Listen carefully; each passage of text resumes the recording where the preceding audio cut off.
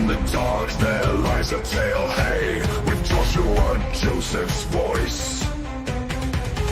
And beside him Viking Storm stays, they speak with no choice. From the deep and blackened waters, where the secrets wail and cry, they pull back forgotten comers, exposing murky lies.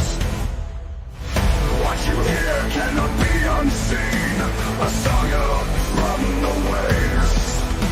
Conspiracies unravel in the dark, as depths become our graves.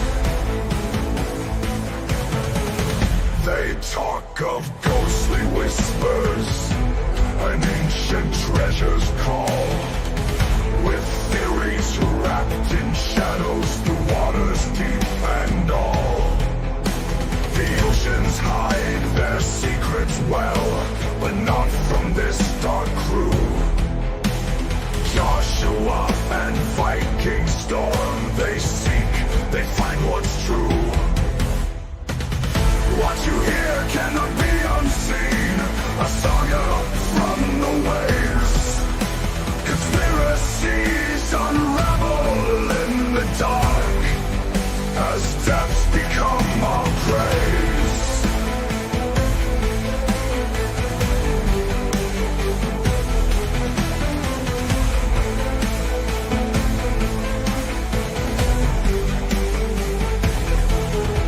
The oceans hide their secrets well, but not from this dark crew. Joshua and Viking Storm, they seek, they find what's true. What you hear cannot be unseen, a saga from the waves. Conspiracies unravel in the dark, as depths become our graves. As depths become our graves.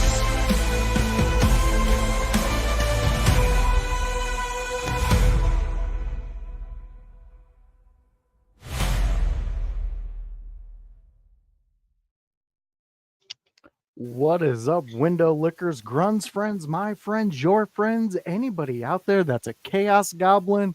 If you know it, you know it, and you've been a part of it, and we are freaking glad you're here.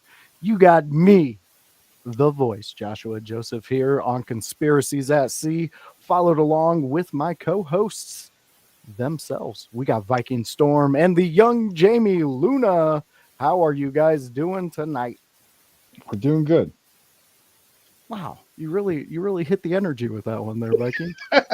Okay, we're doing really good. It's been a decent week, you know. It's chilled out, I should say, compared to how That's it was. good. That is For a great long to week. hear. I mean, I think we should first talk about some weird things that are happening in the world. First off, I want to talk about the fact that we have Kevin Calloway coming to Frontline Pro this That's month, amazing.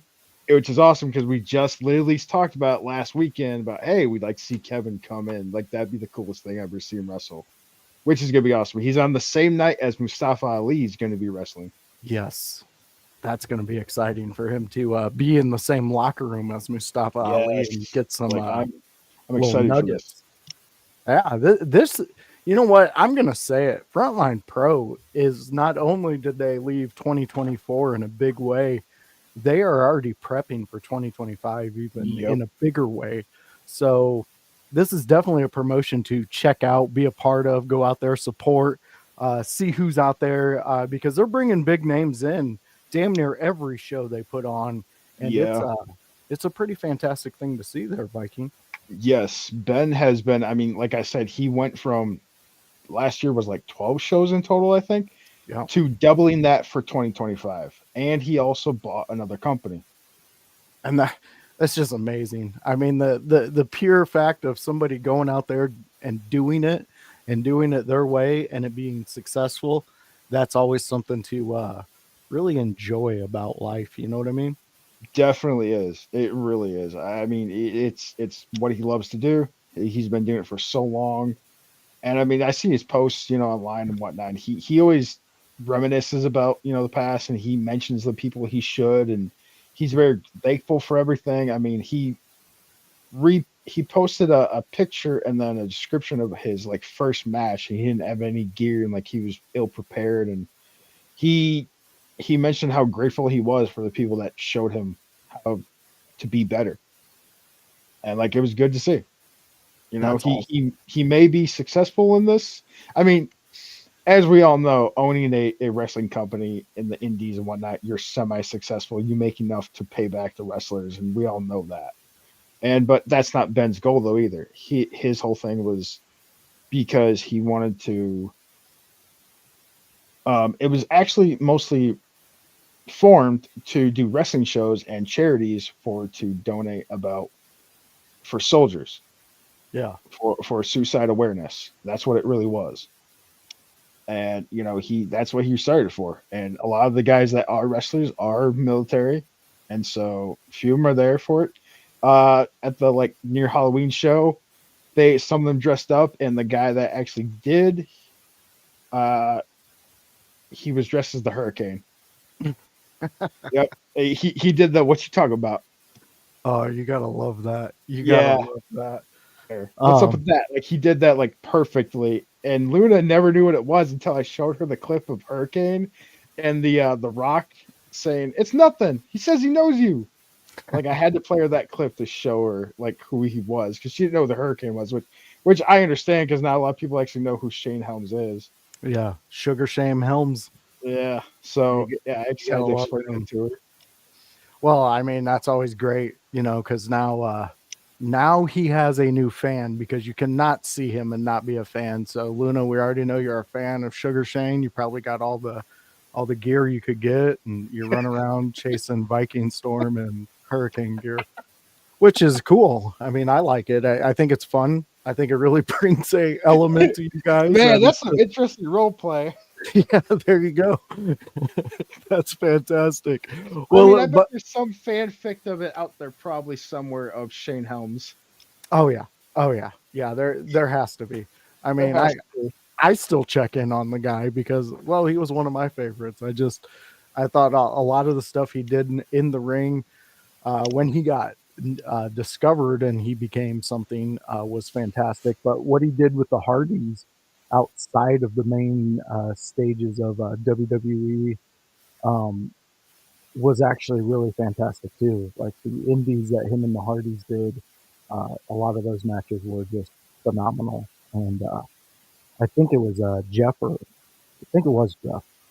was the one who had the biggest feud with him. And a lot of people said that going to a live match with those two was just incredible back in the day. That's cool. Your audio dropped to like muffling you for, I don't know if you did something. Did it? There you go. Yeah, now it's back. You just literally were like muffled.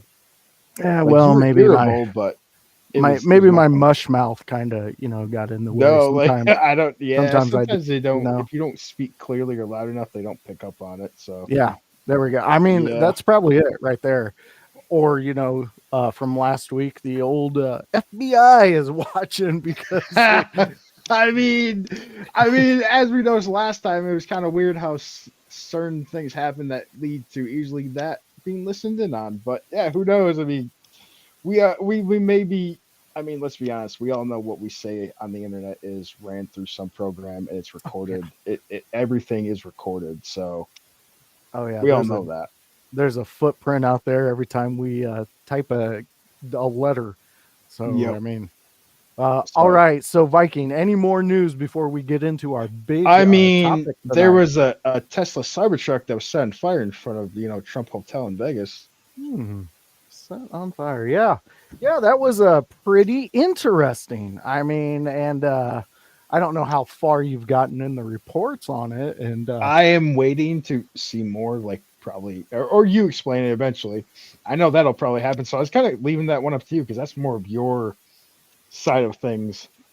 And so I already knew as soon as I seen it, I was like, oh, I know we got to talk about this because this is definitely a pure. Well, yeah, I mean, it's not only did this person blow up their and let's not forget too, though. Hey, remember the what happened down in Louisiana or New Orleans just last week as well with a certain terrorist flag. I'm not going to say it because that's one thing I refuse to say on the internet.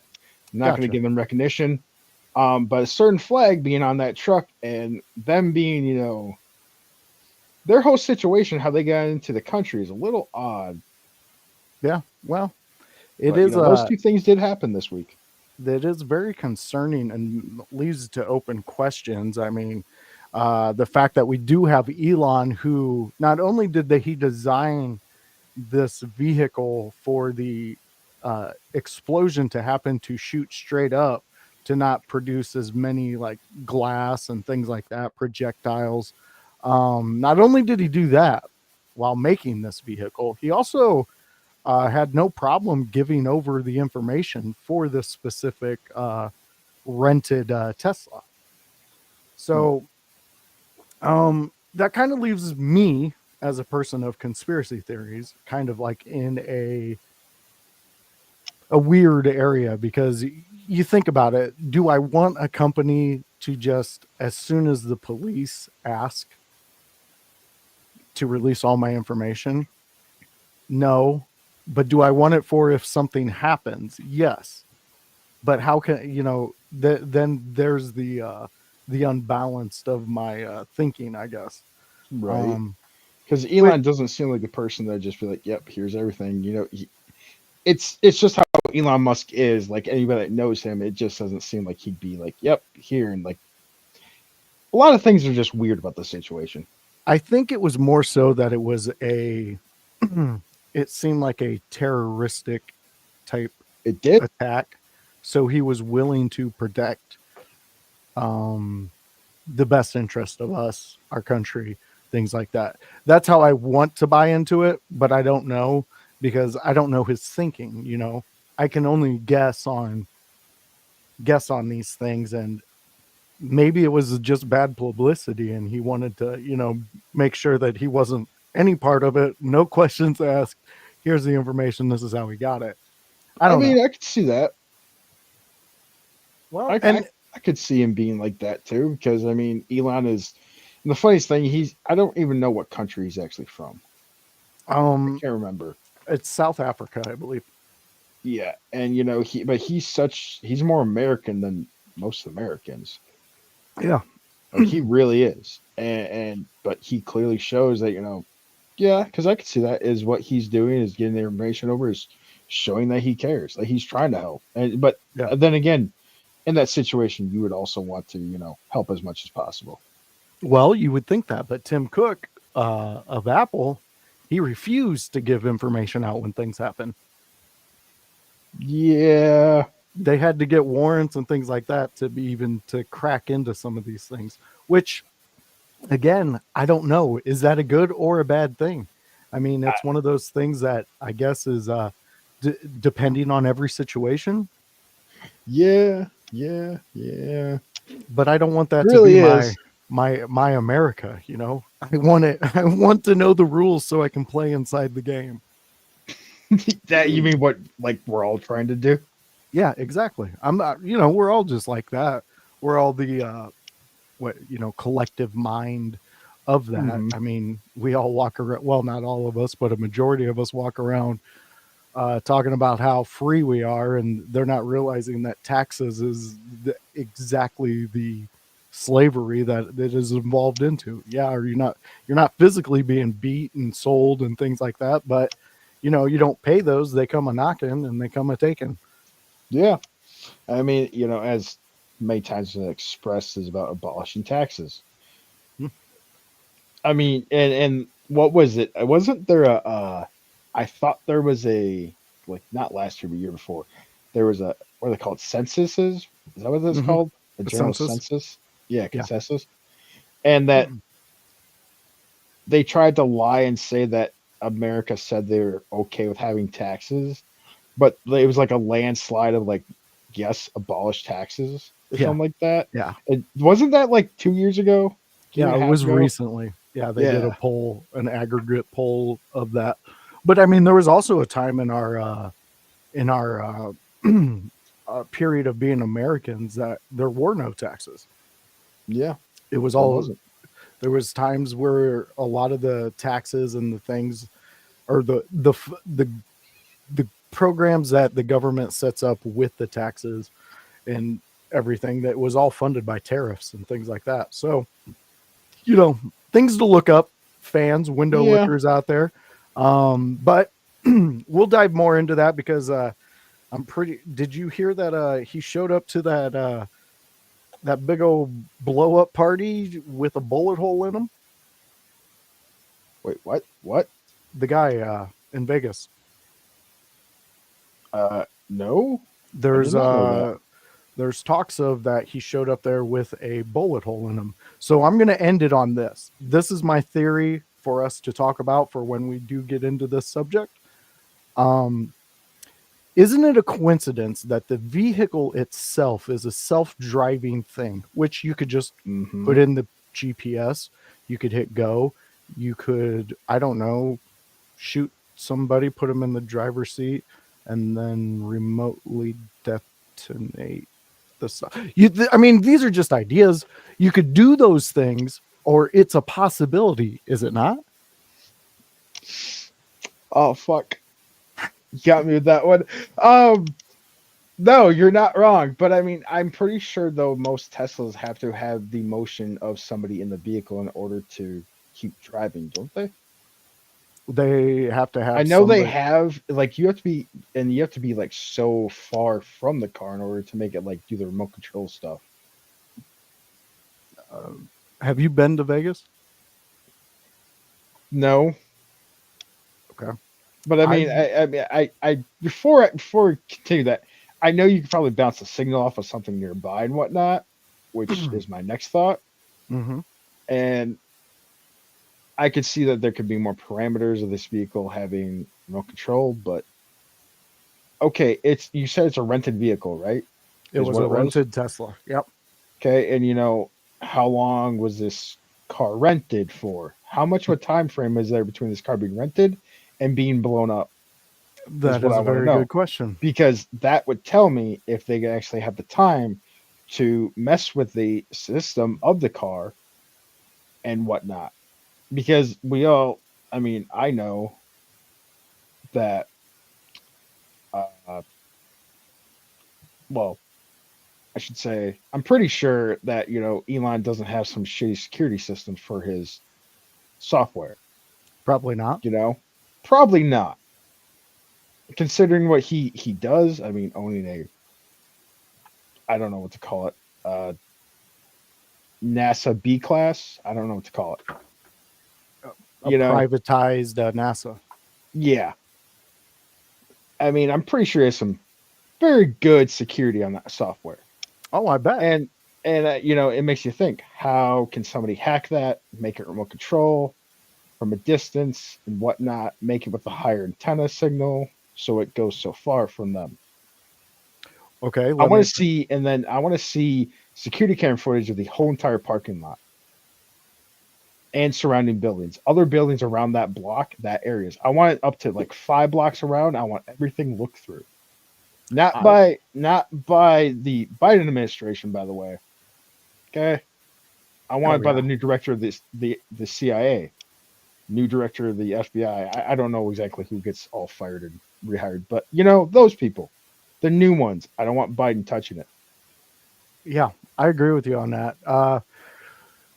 Well, with that group that you don't want to talk about, which I Mhm. completely understand about, couldn't you do what the Weather Underground did back in the day and plant people into side organizations that you're wanting to take down? And then maybe Absolutely. those people are developers and maybe they have the ability to bypass things to be able to give you control over something, and which would allow this to kind of pop off. Mm-hmm. You gotta absolutely could. this is the crazy part that where we're at right now, and I guarantee fans, right after we get done with this point, we will get into the subject, but you have to think right now that any possibility is possible, because we are coming into a point. Did anybody think the New Orleans police, the New Orleans crew that sets up for those things, did anybody think that they would not put in the most safest barricades that they've come up with that they had and have had for quite a while now. I'm And then when they put them up the day after, and the guy who made the shit tweets, "Hey, you're still putting them up wrong," that's going to do nothing. Don't you think that maybe we should take a step back and go, "Hey, maybe just because you check all the boxes on our super duper social credit score fucking card, instead of being good at your fucking job, maybe they should be, I don't know, fired. You're fired. You're fired. You're fucking fired. You're fired." That's what needs to fucking happen. We need to quit this fucking jacking off in each other's faces and just being like, "Oh, everybody's so special. You did the best thing, so you get the job." Stop it.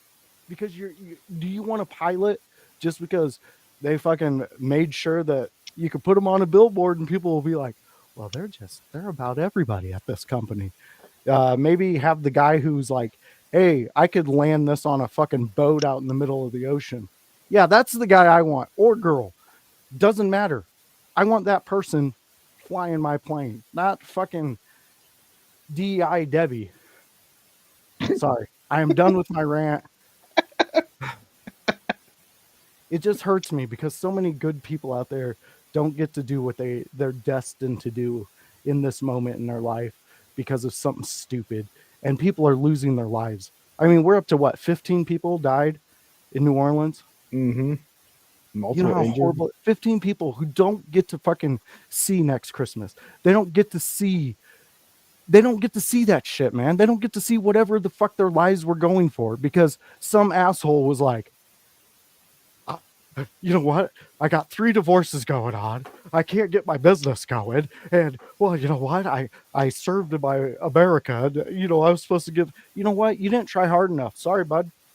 That's what it boils down to. You're not trying hard enough. All the shit I don't have in my life is because I didn't try hard enough.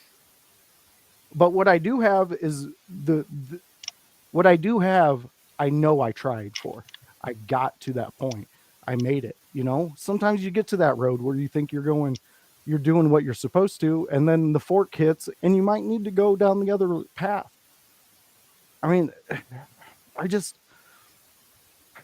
we live in the best fucking country in the goddamn world. I don't give a fuck anybody says it is, because I'm allowed to say that, and there ain't no one pointing a fucking gun at me ready to blow my head off because I said that. It's the best goddamn country. You want to go out and drink some beer right now? You can. You want to go out and find some coke and not get caught by a cop and snort that off a leprechaun in the woods? Guess what, motherfucker? You can. Like, it's just getting ridiculous. Let's get to the mountains. Let's get to the fucking mountains. I'm just grandstanding. Man, you've been on a real kick about leprechauns lately. You know what? Notre Dame keeps fucking beating. I was people. waiting to hear Hooker's ass crack, but yeah, sure. Yeah, Leprechaun well, I was works trying too. to keep it to where people might be able to still watch it, without being like, "That guy is wild." But yeah, Notre Dame keeps winning. They're going up against Penn State next, and my Nittany Lions better. I mean, if I could turn my camera, there's a giant Nittany Lions like tapestry up on my. It's basically the entrance to my studio. Mm-hmm. But yeah. So the Leprechauns are on my brain until my Penn State wins. Is that a bowl game? But they're Big 12, right? Yeah, I think it's the next step for them in the playoffs. It has to be a bowl game then. Yeah, I think so. I don't know which one. I don't care which one.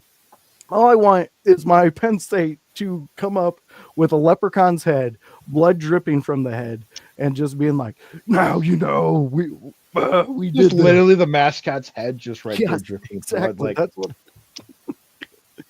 we ate that's what I that little want. fucker. Yeah, dude, I live in that area, so I've been asked so many times to go and audition for that shit. Fuck that. You don't want me out there. I'll be like, "This team sucks." Take a shit on the sideline. That's me. That's the leprechaun I would be. You want a pot of gold, do you? Here's a pot of shit. Ah, diddle-diddle-diddle-diddle. Just doing all those things. All right, Viking. Holy fuck. This crowd has heard my rants. It's not ranting at sea by the voice. It is conspiracies at sea with Viking Storm, Joshua Joseph, and Luna herself. So, Viking, kick us off. Tell us what we're going to be talking about this week. Okay, the Appalachian Mountains, which if you looked into it, it has like over probably 1,000 different supernatural happenings. Oh, yeah. And I'm not just saying someone, I'm not just saying the events, I mean individually different topics of it. There's like an endless list of the Appalachian Mountains being haunted. Really, really is. And I you could start anywhere and you'll find something. I mean, Oh, yeah. I know you did some stuff, and like I said before, if you want to touch on them, like the things you looked up, which you'll probably know about those as you read about them, but you'll probably know about those more than I do. I know you probably looked at the lights, the brown light thing, which I'm not very familiar with. Actually, that was one I was going to save for us to kind of dive into. But it did intrigue me looking at It it. intrigues me too because it's just as far as I've can understand is these random lights just popping up everywhere in the mountains. Yeah, I'm pulling it up right now. See, fans, if I'm going to be completely transparent with you, what I do is when it's Vikings' turn to throw out a category, I usually take his topic and I throw it into an AI chat and I tell it to teach me about it. And on this one, I simply put in that I wanted to know about all the unexplained mysteries of the Appalachian Mountains. So it gave me a basic list, like top 3 of different type of paranormal activities, different types of sightings, things like that. So the Brown Mountain Lights, like Viking was talking about, the quick description that it gave us was, for centuries, people have reported seeing strange lights on Brown Mountain in North Carolina. The lights are often described as glowing orbs that move up and down the mountain. So that's the basic interest it gave us to dive further into it. And as I have understood, nobody's gotten close enough to get a good look at these, right? I've never seen anything about like people actually being close enough to see them very vividly. That's from my understanding. Yeah. And Luna.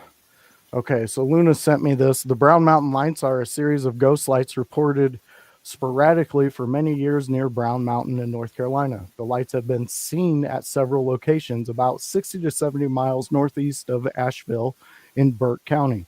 Brown Mountain is located in Pisgah National Forest. Sorry for butchering the hell out of that, but that's what I'm reading. Some of the earliest reports of the ghost lights come from Cherokee and Catawba Indians, settlers, and Civil War soldiers. Thousands have witnessed the spectacle, which is ongoing to this day. The lights have been investigated 3 times by the United States government and countless times by private groups, often studied by students of Appalachian University. The lights were even featured in an episode of The X-Files in 1999. Man, that was weird to read. I don't know why, but just looking at it, it threw me off. You can look for the lights at several easy-to-find viewing points. Linville Gorge area of the mountains of North Carolina. The lights are most often reported as small star-like dots of light of a brightness comparable to stars. That's weird. Yeah. Motion of the lights has varied by reports from slow movements to almost firework type action. So that's a little more into these lights, these brown mountain lights out in North Carolina. And I wonder what people are thinking when they see them the first time. Like, I mean, because it's the mountains, and I would assume that people may think it's people hiking at night or a campsite, or it was my the only other thing I can think about. I don't know the exact areas these popped up, but I can think like miners with the light hats, the light on their Mhm. hat, in the middle. Oh, yeah. That's the one I was thinking about the most. Like, how do you not know this is maybe a bunch of them that died in some tragic accident, and that's what you see as their like remnants over time? You know? Well, my dear friend Viking Storm, that brings us into there is a question on this of well, one of the topics that people talk about is the ghost miners. Yeah. Yeah, you Yeah. mentioned that earlier. I wanted to hear more about that. So let's let's transition over to this because that's actually it's a pretty good way to go into this one because you kind of do hit on that. Um, the ghost of the coal mines. Again, this is through the AI. Just a quick little expert or a little snippet. We'll go like Hmm. that out of it. Throughout the Appalachian region, there are numerous reports of ghostly apparitions. The unexplained occurrences in abandoned coal mines. Ooh, many people have many believe that the spirits of former miners still linger trapped between worlds. So that's interesting that you brought that up. That you think that it could be that because it makes the most sense. I mean, that's It does if you think about it, like most orbs are because of its the person it was or the thing it was. And that's what orbs are. It's supposed to be the spirit. And so yeah, multiple brown ones, if you think about it more and more, like what makes the most sense in the mountains that would be showing at night would be miners in the dark in a cave. very true. No, I agree with you on that one because and it logically if you're trapped between worlds like they say, um that would make the most sense. Like for it to be anywhere near the idea of a haunted area for the souls that have been taken from us in that time and period of life where we were doing a large amount of coal mining with people actually going in there and putting these little hats on with the little candle thing on top and going into mines that have gases and things like that just going. Yeah. And it's gonna be that warm glow light that's gonna look brown. Yeah, that's very bizarre. I'm almost interested in the idea of do we do we absolutely know where and what traps the supernatural? I mean, like Hmm. honestly, and as I've said 100 million times before, we are all energy, and the energy that we are, once our vessel has no more ability to go, no more uh, uh, movement, you get to a point to where does that energy go? Because I've always been told energy never dies. It constantly it constantly goes, and it constantly finds a way. So where does it go? What happens when the vessel is gone? When you become when the vessel becomes obsolete, I guess that would Dormant. be. Yeah, I mean, I'm trying to look for non-morbid terms when I See, say these things. yeah, I get that. And my thinking is because, they don't leave this area. Because as it's been mentioned before, it's kind of like almost like the spirit of a poltergeist in a way, to be Okay, in one area and one thing it controls, like a house. But instead of a house, it's the mountain area. And then because how do you not know minerals in the earth or the area, like salt and other things, is what's keeping them in the area, or electrical currents on the outside? from power lines and such, or something in the earth.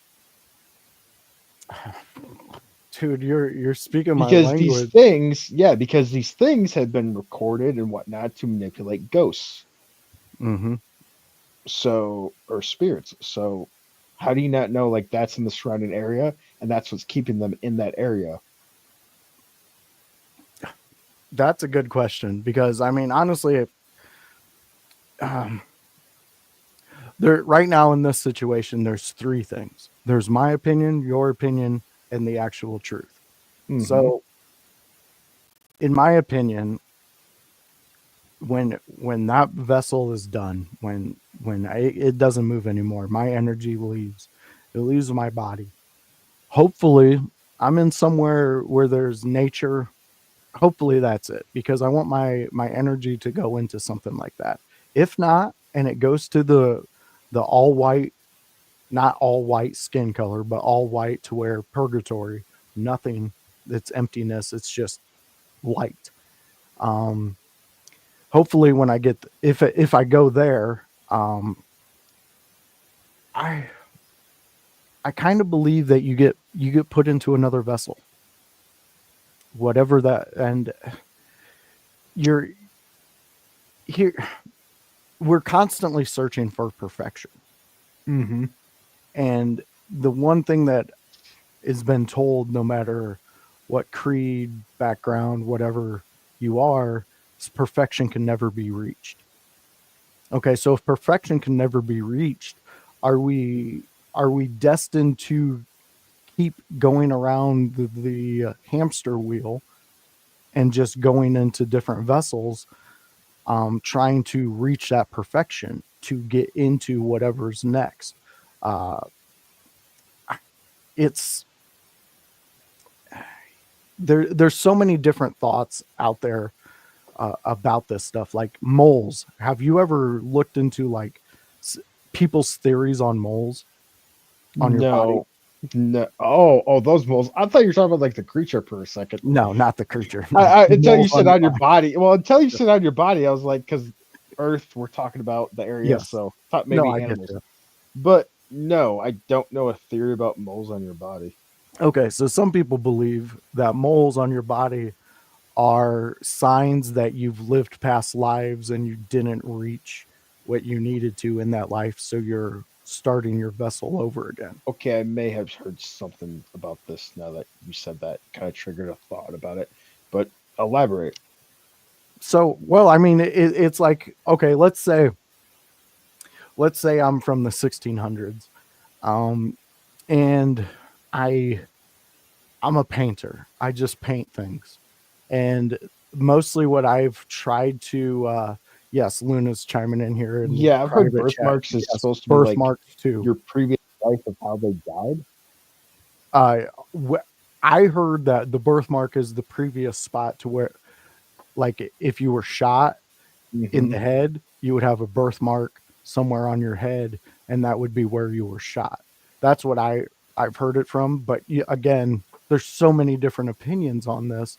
And yes, Luna, you are really right about that one. It is the Lou chiming in here. Lou, welcome to the Conspiracy Show. We are discussing Appalachian Mountain mysteries, and right now we are in the middle of discussing what happens when you pass on, when your Well, we're still energy. talking about the brown lights. We're just Yes, kind of detouring a little bit. yes, the brown lights, the mysterious brown lights out there in the North Carolina mountains. Um, so basically, it's like an idea of, I'm that painter, and I wanted my message, whatever message I was trying to get out there, to be seen, to be heard, and that's my path for that time in life. But nobody got my message out of my paintings. Hmm. Everybody read the wrong message, they interpreted it wrong, and Like Van Gogh. it, exactly.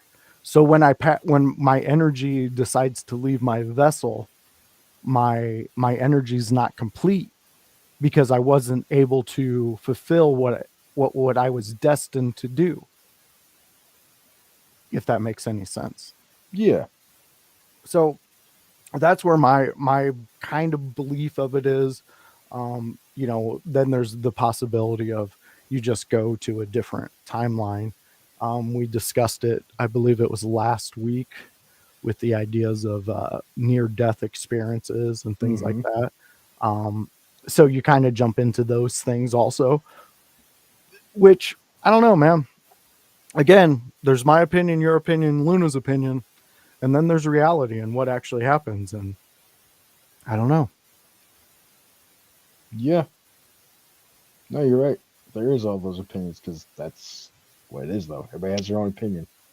Yeah. And then until that day, I mean, if I go before you, dude, I'll come back and tell you about it.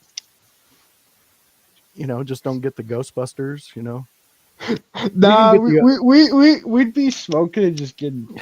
It'd be really fucking chill. We both know how that would go. I'd be like, just blow me a hit, man. Don't worry. Yeah, it'd be just like, this is normal. Like this is not unexpected at all. Don't call the Ghostbusters on me. Nah. I mean, you could call the all women cast. I'm not afraid of them. I think I could take them as a ghost. But the other guys. God, that movie sucked. Oh God. And we got Luna chiming in. Some opinions are based on religion and folklore as well. You are correct. Really? I actually listened to my spiritual godfather of the conspiracy world, Sam Tripoli. I was listening to an episode of his recently. I was about to say Joe Rogan for a second. I was about to be really confused. No, he's see, Joe Rogan's the type of guy that you have to talk about the conspiracy and then he has to see something to where he can link it. He's not one who just buys into it or dives into like that it too, though. Yeah. Oh, that's why I enjoy talking to you about these things, because like everybody has seen over the weeks, I am the loose cannon. I'm the one who's willing to just blurt it out there. Oh yeah. And but Viking, I'm like that too, though. Like I don't hide how I feel, and I don't hide what my opinion is. I don't think anybody should, to be honest. But you have to have more information to form your opinion than I do. Absolutely. And I think that's what gives us the roundness here. And then you got Luna coming in and being like, hey guys, you're both idiots and you're wrong, and here's the facts. Boop. She's dying. So you gotta love this the dynamic. misfit. Yeah, this dynamic of misfits here. We kind of definitely have we have our own opinions, but we also definitely ride the same waves on a lot of things. Well, it's the hunger for knowledge, though, too. That's Yes. my problem. Is you hear theories and you just want to hear more about that theory. Mm-hmm. That's like I'm gonna just say it really quick. I don't want a whole controversy about it, but religion in general, do you believe or not? And then you want to hear why people do, or there's certain opinions about things, about certain events in religion itself, is a great topic to talk about, but not in the way of it offends people. Like, we all know the two things you never talk about in the workplace: religion and politics, because it's supposed to cause the biggest arguments, which we all know.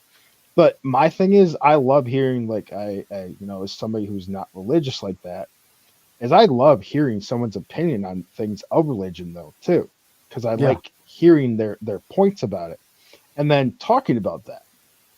Is I used to work with somebody who I did that with, and he was, how about this? I said this to him. I was like, "You're the most hipster, non-hippie, like, religious guy I've ever met." Like, if you tell me you're a total, like, hipster and everything, and, like, not a religious thing, like, you didn't tell me he's religious or I knew that, I could never tell the difference. Like he would tell me, he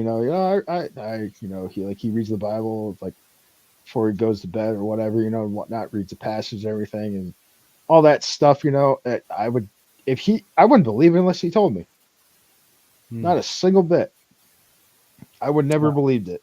And That's like, he was a good person to ask questions about things in the Bible to understand more knowledge. And that's something we're all craving, for more knowledge of a subject. Well, and that's rare in that world too, that somebody's willing to just have a discussion and not preach to you. And not be offended. Yeah, and not be offended. That's one of my favorite things, when people are not offended about it, but they want to educate you on things. Yeah. See, and That's what I love. when you dive into man-made religion, Mhm. you've already checked me out because in religious aspects, a lot of it has to do with just do no harm to anybody else and be kind. Even when you get into the actual satanic church and you read into theirs, they don't harm anybody. Like No. people really need to like educate themselves before you Mhm. start going after certain groups, because I worked with a Satanist. He was my Well, boss, and he was as we always say, is do your research before forming the opinion. Don't always exactly. listen to everybody's opinion. Do your research. You could listen to what we say and be like, yeah, that's informational, or that's a good, interesting take on it, and then look into it if you want to about that. What I say or you say, may be referenced in some place if you look at it, Google it, whatever. Oh yeah. Google it or DuckDuckGo it. You look it up, and you might find accidentally some truth to that, and just make a connection. Like maybe I am right or you're right. Who Yeah. knows? Or you I find mean, like something that takes you down a whole different path. Monsters Inc. might be based on celebrities and others trying to drain the Adrena clan from children. So You just gotta like you found the I'm one never gonna thing let that that go. broke me, and you're like, you know what? I'm going out and getting a Monsters Inc. tattoo. This motherfucker ain't ever gonna live this down. No, I've never lived this down because it's so creepy. It made you Dude, both freak out so bad. well, I mean, it made perfect sense when you lined it up, and it just and that's basically what we're saying here. Here's the thing: you can be a Joshua Joseph, and you can Hmm. just go out there and just dive balls deep into it and just do your research as you go. You could be a Viking Storm and do the research and then dive into it. Or you could be a Luna and just look it up and do the research and figure it out. But be somebody looking into it. Just don't consume what they tell you. Don't follow what the news tells you. Please do Oh, not. never I do that. I'll say this: I don't watch TV specifically because of the news. No, I really I don't. hear you. I don't. I hear you. I Me and Luna, we do not have cable TV or anything. We have a Samsung TV and whatnot, and smart TV. Internet goes through that, so we get some channels. But the most like television stuff I watch is on YouTube. Literally, as Luna I says, hear you. don't drink that Kool-Aid. She's right. Exactly. But I don't. I watch YouTube more than anything else. So like Lou, I'm information there with wise, you. if I see that like news thing pop up and like the New Orleans thing, the thing about the Trump Tower or the Trump Hotel in Vegas, that Do you I know knew they about weren't because of even YouTube. you know they weren't even reporting on that? Yep, yep, It was I like do know that because of that, because of it, other people who are uh, independent journalists have put it out there. which takes us back to Project Mockingbird, Oh fam. God, there's your reference. That's your standing point. I mean, I'm just saying it. Like you're coming up to it, and you know what? I don't ever stand up and applaud uh, comedians for going out there and speaking their mind, because to me, that's what you should do if you're in that position. But Whitney Cummings, Yep, for you to go out there on CNN with the two CNN darlings that they have. especially no, it's primarily the biggest one that was staring at her the whole time, Yeah. giving her a dirty look like you should stop, Yep. like And you like want and the most arrogant look ever of like I'm in charge here, obey me. What a fucking dick for that. and guess what? He's one of the biggest ones out of Project Mockingbird. Yep. I mean, Look into his parents. Who is his father? Look it up. The voice isn't going to do it for you this time.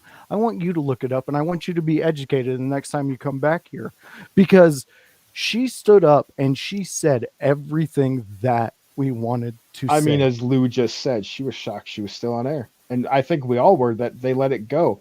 That I think because of recent events though, with CNN being clearly controlled by that side of politics, Mm-hmm. and I'm gonna say it all day, and I formed this opinion even before, like I had a side to pick and agreed with the side, but not being dedicated to it. Um, that CNN has been bullshit like all of its fucking life for like the last 20 years. You know, like since it got more and more serious. You know, it's Remember been when they bullshit were, reporting. but remember when they were a place to go to for your information? Hmm. They were And then all of a sudden it's like, like the biggest wake up. 2010s and whatnot, and then 2012s, and they would report this shit and be totally wrong about things, like multiple different events that happen even nowadays. Like they, 9% of the stuff that's reported, avoid CNN, avoid it because they're wrong on like so much shit, and they don't do enough research of their own, and they just give you what they read online basically. I think they are, Lou. I think they are fucking terrified. Like, let's put for instance in this subject. I know we're scrolling way off of the whole Appalachian thing, but like That's this is what what we do happens here. on We squirrel conspiracies at off. seas. We are at sea. You never know what wave is going to hit us. Exactly. But let's talk about, Elon wants to buy MSNBC. He should. That tweet was fucking hilarious. How much? You seen MSNBC fucking panic. Yeah. And Do it's it. only a few billion. Yeah. He can Isn't do that it crazy? like nothing. It's pocket change for Elon. And he could take it and he could put voices that actually question what's going on and not just go, And oh, don't bullshit everything. Yeah. I mean, there's a guy on CNN right now. I forget his name. I've seen him in the past 2 weeks, but every time they go to like this giant panel of like 6 different anchors, he's the only one on there that's like, you guys are full of shit. And let me tell you why. And then he just goes down and he fucking hits point after point after point, like You mean an informational person Yeah, on the news? for once? he's actually given information. Like, Someone okay, that does their research, clearly, their job. yeah, he does his job, because if people would look at this hush money case coming out of New York against Trump, that apparently he's going to get sentenced on January 10th. And let me dive more into the sentencing. He's getting no jail time, no probation, no house arrest.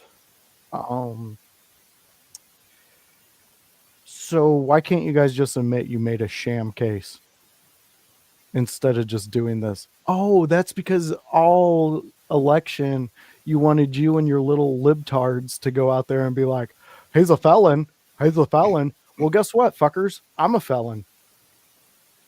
So what the fuck? Like, who gives a, you know what? I There's know so they many try to felons focus out on the there worst who are point like, they can. oh my God, one of us has made it to the fucking White House. Woo! Like, Pretty who much. gives a shit?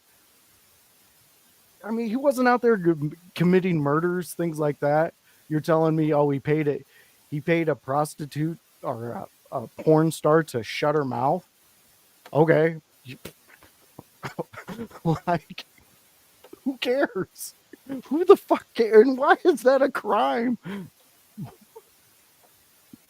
I don't get it. I don't get it. The realty, the trial that they had going on, like all these people who do big buys of realty in New York are like, hey, are you going to do this to us? I mean, like, we're doing the exact same thing, and you're just saying that you're going to charge him with felonies. And you're right, Lou, they are BS. And it was purely so that people could just be like, oh, you're going to vote for a felon? You're going to vote for a felon?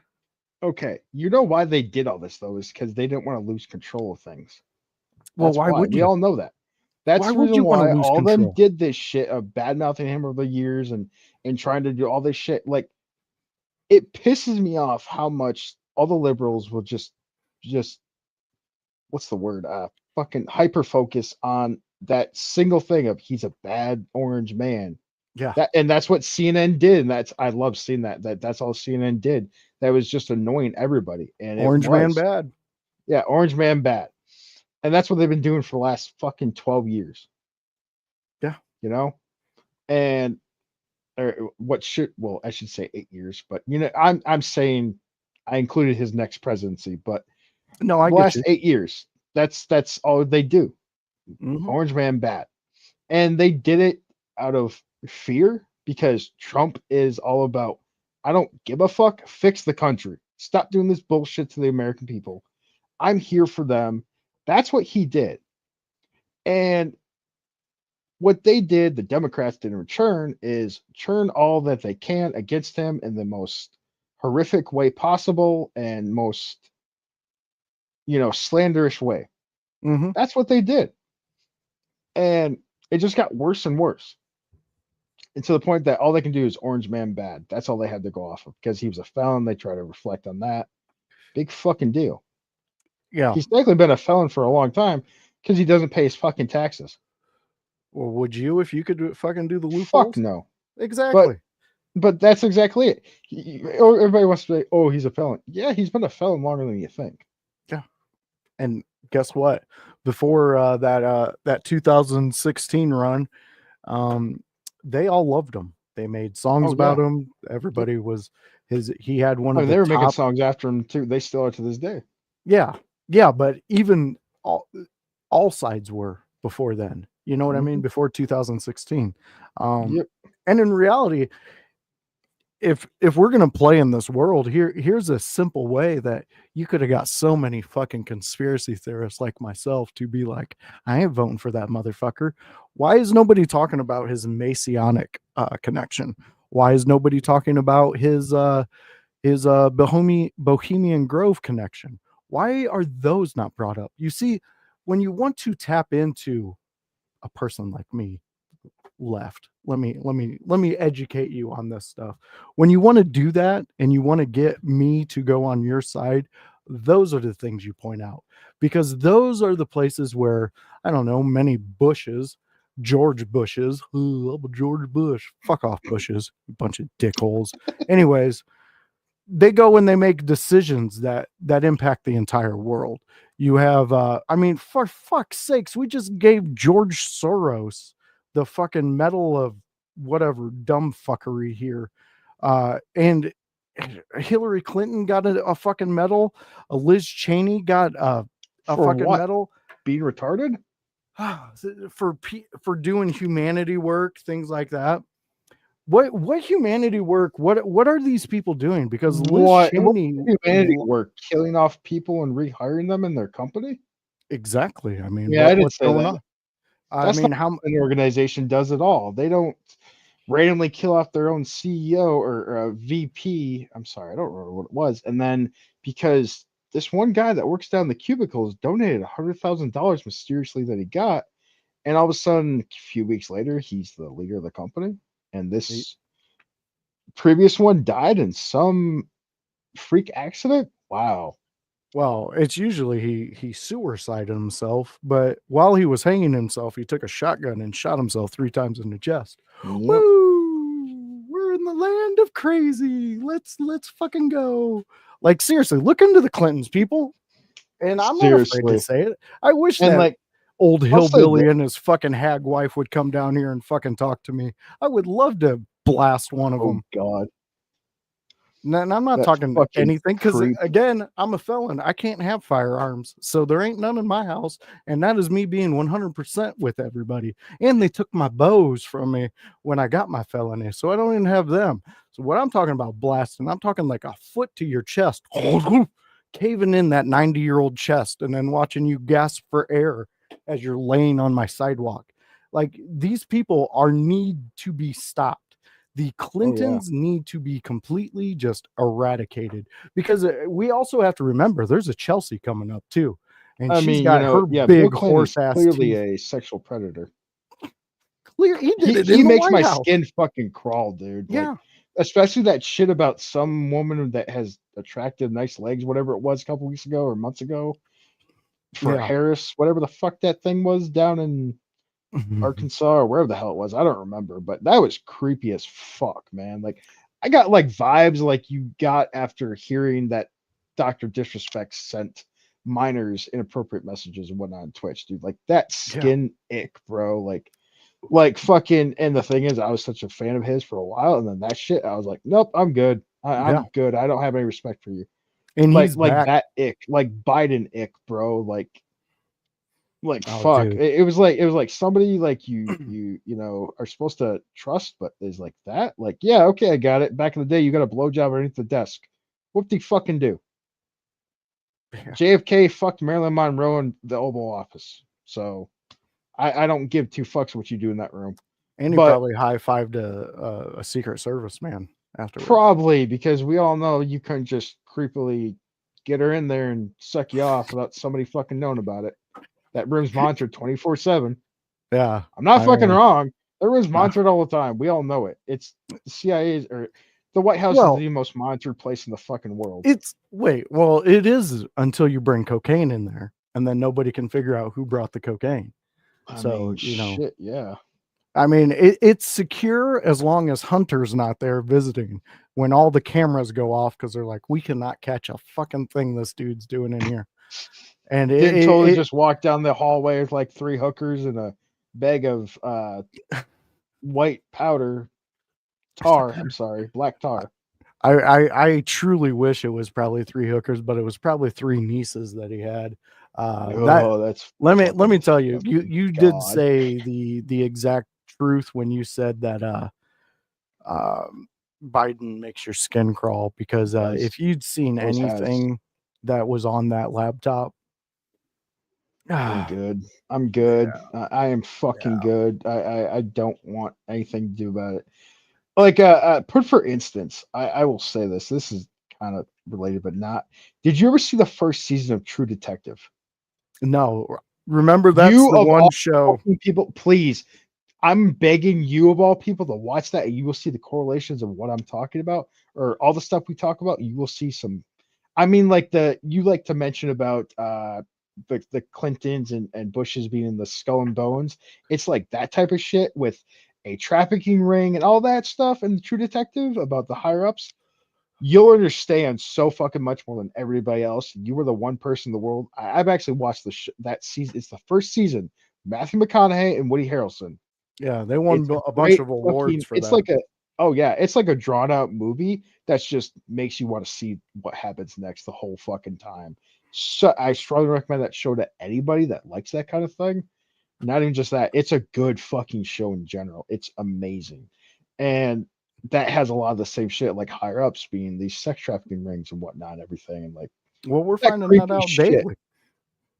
Oh yeah, and the thing is, what bothered me the most about Biden is that you had multiple, multiple behavioral analysts studying all his mannerisms with children and everything he did, and said, "Yeah, that's a sexual. That's a chomo." Yeah. Well, I mean, his daughter's diary.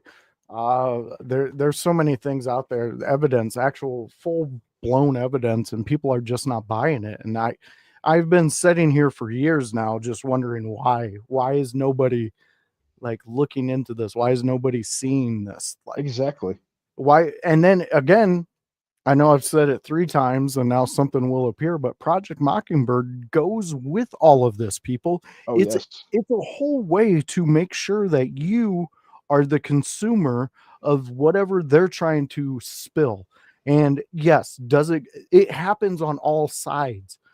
Don't get me wrong, the people who sit down and they watch Fox for all day long and that's the only news they consume, they're just as demented as the people who sit down and watch MSNBC or The View and think that that's all that there is being. That's the news they should follow. Exactly. There are so many people I follow. I follow Tim Pool, Anna Kasparian. I follow the Young Turks. I actually watch their shit. Like there's so many people out there that I follow and watch and listen to. But the key to it is while you're listening, you don't have to buy and consume everything. Exactly. You can hear it, put it on a plate, go research it, and then decide from that what you want to consume. All this other shit is going to get you lost, and it's going to get you into a point to where it was exactly what Obama talked about with one of his last interviews on his last year that he was a president. And the confusion that needs to set in is already here, into which you can control the government. You can control what is going on with the people who are supplying the money to the government. It's not difficult. You have to. There has to be a problem, whether you create it or it is naturally occurring. So that problem is there. And then you have to have somebody who is charismatic and able to relate to the everyday man, talk about that problem, and to the point to where everybody's talking about that problem and you only focus on that problem. So now that you have enough people focused on one single issue, that single issue becomes the thing that you get the most recognition for. So then if you make that one issue serious enough to where it affects people not only in their everyday life, but it also affects the opinion that they have to giving it out to people. So if you want, like, let's say this Xbox controller, this everybody has one in their world, okay? Let's make up a world to where everybody has an Xbox controller. Let's say that I don't like the way that the B button is too far over here for my thumb. So I want it personally for another spot on the controller. This is just my own issue. And then I talk to 10 people. And then those 10 people are like, you know what? He's kind of right. It would be more beneficial over here. And then you just keep doubling that number up until the point to where it gets to the people who make that particular product go, hey, we need to change up what we're doing because well, people are talking about it. People are angry. People want to change. So you get that all going. And there's one guy who did it very masterfully back in the day, Schmittler. And it's very easy to do. And actually, if you want to learn more about this, it's in the book Rules of a Radical by Bill Ayers. You can definitely check that out. You might know that name. He was one of Obama's professors back in the day.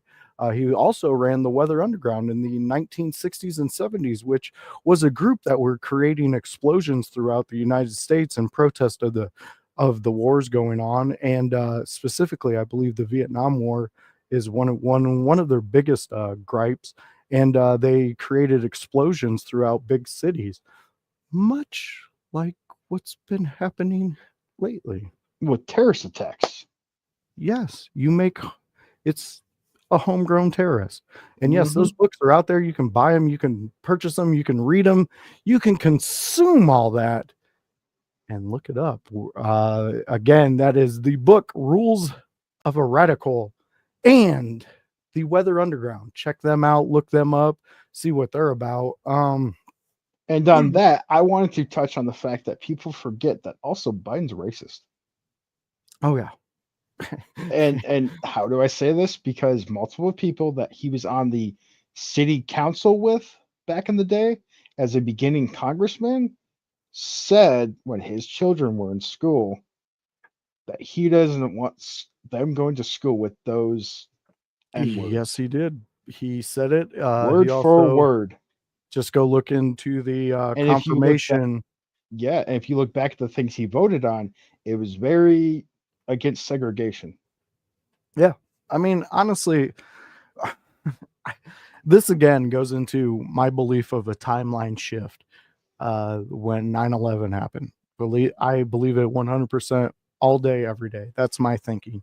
And in which that if you were a 90s kid, a lot of this stuff wasn't a thing. Yes, did we have the Rodney King thing? Yes. Could it be considered a racial thing? Yeah, probably. Absolutely, but we also have to put into account that the dude was really far gone on some PCP. And if you've ever been around somebody on PCP, they're kind of really hard to control. And I'm not saying that they were justified in what they did to control the man, but I've seen some shit on people who've taken PCP. It's pretty fucking scary. Have you ever once seen cops,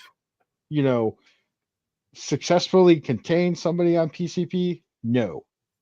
You've not. Because that person is not themselves at that point in time.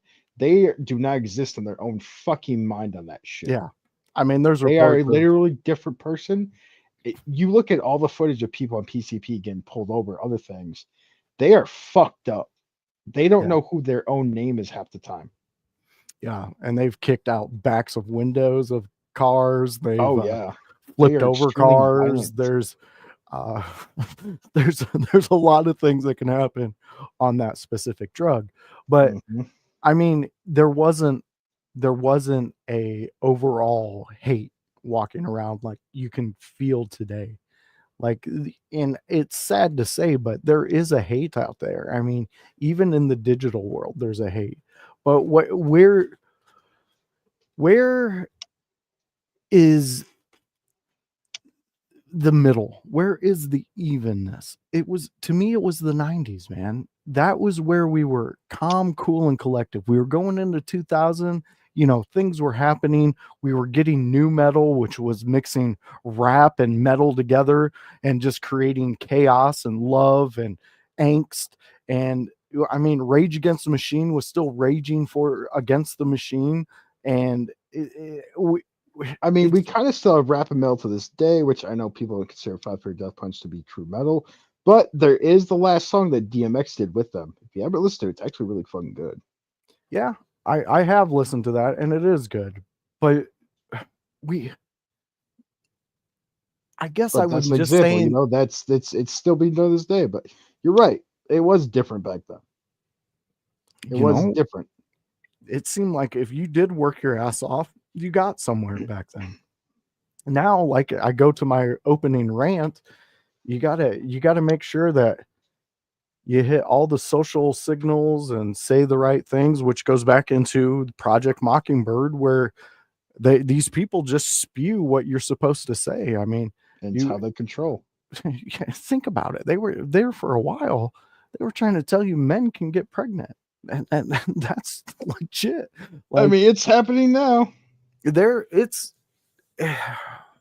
so to the point to where, going back to exactly where I got with this rant, is to create the chaos. You create the chaos, the uncertainty, the unknowing, and it is so, you could go to Vegas and put money on it. People are inclined to run to whoever controls things for the help, not realizing they're the ones who created the chaos to get the more control. And that is skull and bones to a T. That is what you see now with what's happening. I mean, there we're talking about, on the Republican side and conservatives, they're getting insanely upset over this specific visa for immigrants that it was designed to bring over the best of the best to work in a lot of the computing jobs, things like that, technical engineering, things like that. And yes, did it do that at first? Most definitely. But like every villain in any movie you see, they find the loopholes. They find the way to turn it into something that works for them. And then they're bringing people over for those jobs, and they're paying them like a third of what they would pay a normal person. And then they're holding those people at those jobs, threatening them to take their visa away. To me, that's not fair. If What the you're fuck? Yeah, That yeah, is so messed up. this is exactly why there's a fight with Elon right now with some of the Republicans, and nobody's looking at that aspect. Everybody's looking at the aspect of, I'm right and this is the way it should be. Yes, does it need to be looked at and need to be gone through and Absolutely. reorganized? 100%. But does it need to go away? No, I don't believe that one bit, because ultimately I believe in immigration. I do, because Mm-hmm. true immigration brings the people who desire the things that we have, that we take for granted every day. But open border immigration creates the chaos in which we see today, in which these people are getting radicalized. Both of these past week this past week, both of those attacks, those people were gone for at least a month. You go into Luigi, he did this, he disappeared for a few weeks before he did what he did. You go to the Trump shooter, same thing. 3 Both months of that them. dude disappeared, and then they come back and they do these radical things. What the fuck do you need to, what more do you need to make a connection that wherever the fuck these people are going, they're getting radicalized and coming over and trying to commit attacks against us, against me, against you, against anybody who wants to fucking listen to this show. That there is, when people get to that point to where they want to create that amount of destruction, no face that they see matters. Nobody matters.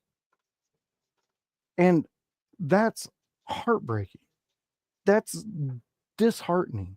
That, and I may sound selfish in here, but to me, that takes away my family. That takes away my passion to do this stuff, my desire to cover wrestling, my love I have for my wife. That takes all that away. And that angers me because that's not what I was told. That's not what I was promised. That's not what I sought after to gain. And for somebody who's just upset and they got sand in their vagina, for you to try to take that away from me makes me want to not enjoy who you are, and then look at the company that you keep and not enjoy them. So there, I mean, the moral of what you just said though is basically, I put it this way: being ashamed to be an American and being a human being is what a lot of times is forced upon us. Is if you haven't noticed it, a lot of times with all the liberals and whatnot and all that shit, they really do focus on that and stuff it down your throat that you should be ashamed sometimes to be an American because this is the way you want it to be. And I've noticed that from time to time in weird ways that they do that. And like, what the fuck? You shouldn't be ashamed of what you are. And that's what I've noticed with Europeans and other people in other countries, is that when they talk about us, or they you mention you're American, as like, it's like almost a racism thing. Like, Mhm. being American, like, oh, that's just as bad as this, and I'm they're racist against you for being American. Like, it's not uncommon. I mean, you tell a lot of different, like, French, Italian, so and so, you're American, they automatically don't like you sometimes because they have this opinion of how it is. And Yeah. it's they try to, like, force it down your throat that you should be ashamed to be an American because this is how other people view you. You know? And so that's when you say that, like, it takes that away from you, like you said, about your wife, your family, your life. And you're fighting for that, as we all should be. And that's where I'm with you on the immigration thing. Is I've always said, I don't have a problem with you being in this country, but do it fucking right. Yeah. Don't come across the border and be illegal. Don't be one of those that, like Obama handed out thousands and thousands of green cards and licenses to immigrants up in Utah that were caught, and there was like hundreds and hundreds of them. Yeah, sure, they could stay here. Give them this money, give them this house. From the Haitians to Ohio to, other parts of the fucking country.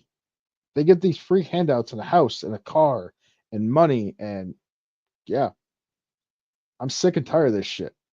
Again, And though, the only argument from the liberal side, and I've heard it multiple times, is what did they take away from you? They took away our entire fucking way of life in America. yeah, That's what they're doing. And it's not, and then their argument is, oh, would you work that job? I've been the person working that fucking job before. I've been that dude that's working some shit end job fucking 18 hours for $5 an hour. Because you mhm, ain't got no other fucking choice in this world. Because your original plans that you had years ago are gone. And you have to rework your whole fucking life just to live. exactly, exactly what I was That's talking what it about. takes away from you. That right there is what it fucking takes away. Yeah, yeah. See, you got the It passion. pisses you off. Yeah. And then if anybody out there heard this and they're of that side, instantly we're labeled xenophobes, we're this and that. And Or a racist. yeah, But and supposedly sure. instantly, they all want to say, oh, you're just racist against Mexicans and whatnot. No, not at all. I'm fucking not. My ex-wife is black in the first place, okay? Like, I could say that, you know? Yeah. Her and me are really good friends to this day, you know, fucking A. I have a ton of black friends. There was a dude I used to work with at Menards. He had more racist jokes than I've ever heard against himself and other colored people. I was Yeah. like, this shit's hilarious, but like, am I supposed to laugh or not? I'm not sure because it's funny as fuck. And I'll say it all day. Even they admit racist jokes are funny. They are. Okay, If you got a sense of but humor and you can laugh oh at fuck yourself, yeah, oh it's fuck funny. yeah, like it comes from being able to laugh at yourself. Yeah. That's the thing. You gotta have that sense of humor. You gotta have it. If you Yeah. don't, you can't survive nowadays. Have a tough skin. Quit being a fucking pussy. Yeah. If I wasn't able Give to your laugh, balls a fucking tug and get on with your life. Okay? exactly. Dude, if I Fucking didn't A. if I didn't have thick skin, do you think I'd be able to survive walking around at 5'4"? I mean, shit. Don't be softer than fucking 10 ply. You gotta love that. I fucking love it. It's Fucking true. definitely It's yeah, true.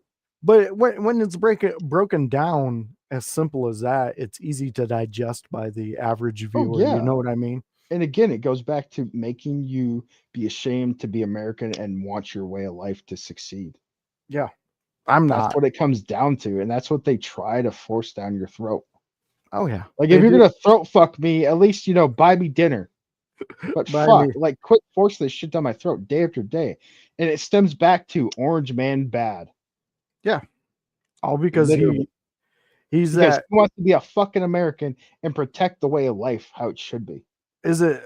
I forget who said it when he first announced he was running, but might have been Kennedy. One of the Kennedys said that he's the bull in the china shop, and the Oh china yeah. shop is out of business or having an out of business sale or something like that. Oh yeah. And that's exactly where we are with that. I mean, the side that now is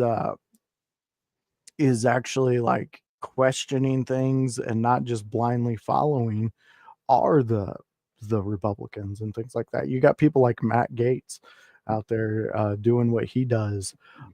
You got people like Tim Pool. I've brought him up multiple times, but he's not even a Republican. He's a libertarian, and Mhm. but through the actions and the policies that the one side he agreed the most with started radically changing. Why do He you think was so many of them became Republicans in the last, few years and months and whatnot? yeah, and I wouldn't even Look say at how that many of them then converted or didn't convert, but agreed to be a part of it because that's what exactly what they I was going believed to say. in Yep. is what they're trying to preserve, is what they believe in. And a lot of that's how people become a part of a political party or a religion and a group. I'm going to say groups, is you relate to them and very closely with a lot of things, and then you form a friendship. They're like, yeah, you're not so bad. I'm going to join. That's what a lot of them did. Yeah, you're So 100% on that, yeah, it's and what that's what I happened. was And going they're to say. like, oh, we have the same views, the same opinions. Like we're trying to protect this way of life or this thing or this belief. That's what politics is. And most people should already know that, but Yeah, they you know, should, but you can't have conversations with too many people out there. no, Because you cannot. And as I said, like that's the reason why I referenced that liberals will immediately say, or Democrats will immediately, mostly libtards, but they'll immediately be like, what did they take away from you? And that's what pisses me off is when they do that of what did they take away from you? As I said before, that's what they took away from somebody who's trying to work, they already work fucking 2 jobs in a week and they're trying to work a third because, they're a single father with like 3 kids at home and, they fuck if their loved one, you know, suddenly passes away, they literally can't afford to take a day off to fucking recuperate. isn't that crazy? And that's what fucking because of our fucking way of life being so high to live nowadays, like that's what happens. And Yeah, what happened during Trump's presidency? Gas was so fucking low. Groceries, it didn't cost me $100 to buy a fucking gallon of milk. yeah, Okay. Yeah. And you know, that's the truth, is everything was lower at the time. It really fucking was. Look at how, and I'll say this, job employment was at its highest ever For everybody. for a president and for everybody. It was the highest. People had jobs. Now people have to work if they can still have a job, because all the jobs are secured because nobody wants to quit because they can't afford it. Yeah. So they work some, and that's where it comes from. Oh, you know, your parents were, oh, we worked this dead end job that we hated for 20 years because they didn't have a fucking choice. That's what it turns into. People hate it. And then so they're like, oh, maybe I'll find another job. And then they like, oh yeah, this job works. I'm gonna go do that job. That's what people have to do. They can't just quit and be like, oh, I need another job. Yeah, especially one that matches what they're either coming from Oh or yes. desired to be. Um, at the end of the day, no matter what, minus the Outlanders, everybody who is working towards the goal, whatever goal it is for them, whether it be a house, a family, maybe both, maybe your own business, maybe you just want to build a car. Um, Well, I could say I was that person though, because my whole life I've had a vehicle and whatnot, but I wanted a Toyota truck. I really did, because I always looked at Toyota, how good of a company they are with building their vehicles. My favorite thing about them is that if they're in production and an employee has an idea about safety or how to improve a vehicle, they will stop and listen to that employee. mm. And a lot of times, a lot of their stuff has been incorporated into their vehicles down the line. I I'm not remember you saying talking Toyota, about this. yeah. And I'm not saying Toyota is a perfect company. They've had, you know, they had that brake issue with the Camry back in like 2013. They've had some other things. No car company is exactly perfect. There's been more and more weird shit over the years, but you know, and they're a good company. And I was like, man, you look at their vehicles. Look at the 90s Hilux truck. That thing was fucking bulletproof. Top Gear fucking proved it when they threw it on top of a building, lit on fire, threw it in the ocean full of salt water. And just to let you know, that truck still runs to this fucking day where That's it's insane. located. That's They turn it on like once or a couple of times a year, and it still starts up and runs to this fucking day. that's crazy. It's That's insane. And so I was like, man, and when I was younger, I was like, you ever notice that Toyota trucks don't constantly get repaired like a Chevy does, a Dodge, a Ford? You don't see it. And well, because Ram went away from Dodge the last few years, I was actually considering either a Ram or a Toyota truck. Because it's like you look at Rams nowadays, like these fuckers are kind of bulletproof. Like they're doing pretty good. And a lot of them look really cool. I like the way they look. They look tough, mean. I'm not gonna lie, if I would trade my Toyota, my Tacoma for a Ram Rebel if I was given the chance, because I love the fucking Rebel. It's a great truck. It's badass. And that was my goal though, was to get that truck. And I got that a year ago. And I felt finally accomplished at something over, you know, years and years of disappointments and things not working out. That was huge for me. no That that was absolutely huge, man. It really and was. that was well, let's call it that what it is. That was a thing that you seen through your childhood, Hmm. noticing this truck.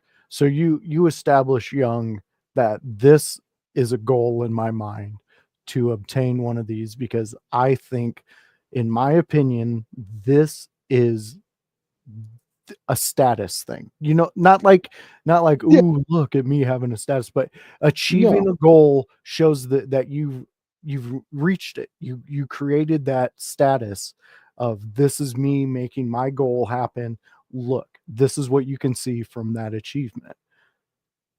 Yeah, it definitely is, because that was a thing. Like Luna knew about this, like we talked about and talked about it. And my vehicle at the time was literally dead. We needed a second vehicle. We I'm gonna admit this, we didn't equally, because of, you know, years of having to pay off things. You don't have a great credit score. You try to maintain it. But you know, nowadays you can't live without a good credit score, and that's the way of fucking life. And trust me, it's so goddamn frustrating with multiple things, but that's what it is. And so we had her mom help us get the truck because she has an amazing credit score. So it's in her name, but we still make the payments. We own it. It's our vehicle.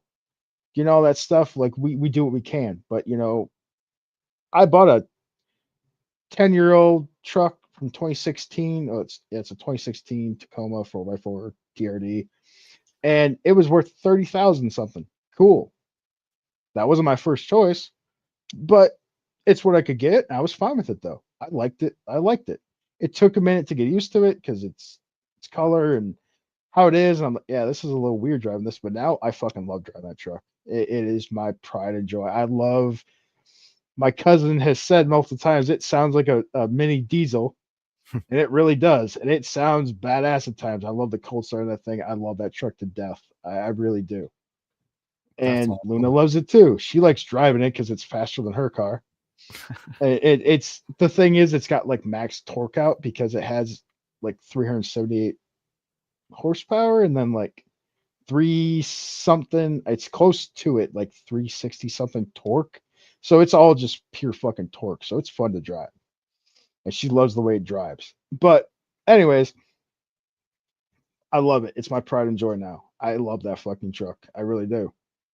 But it I definitely, it's such a thing that that accomplishment, that goal, that mm-hmm. achievement motivates you to push forward to the next one.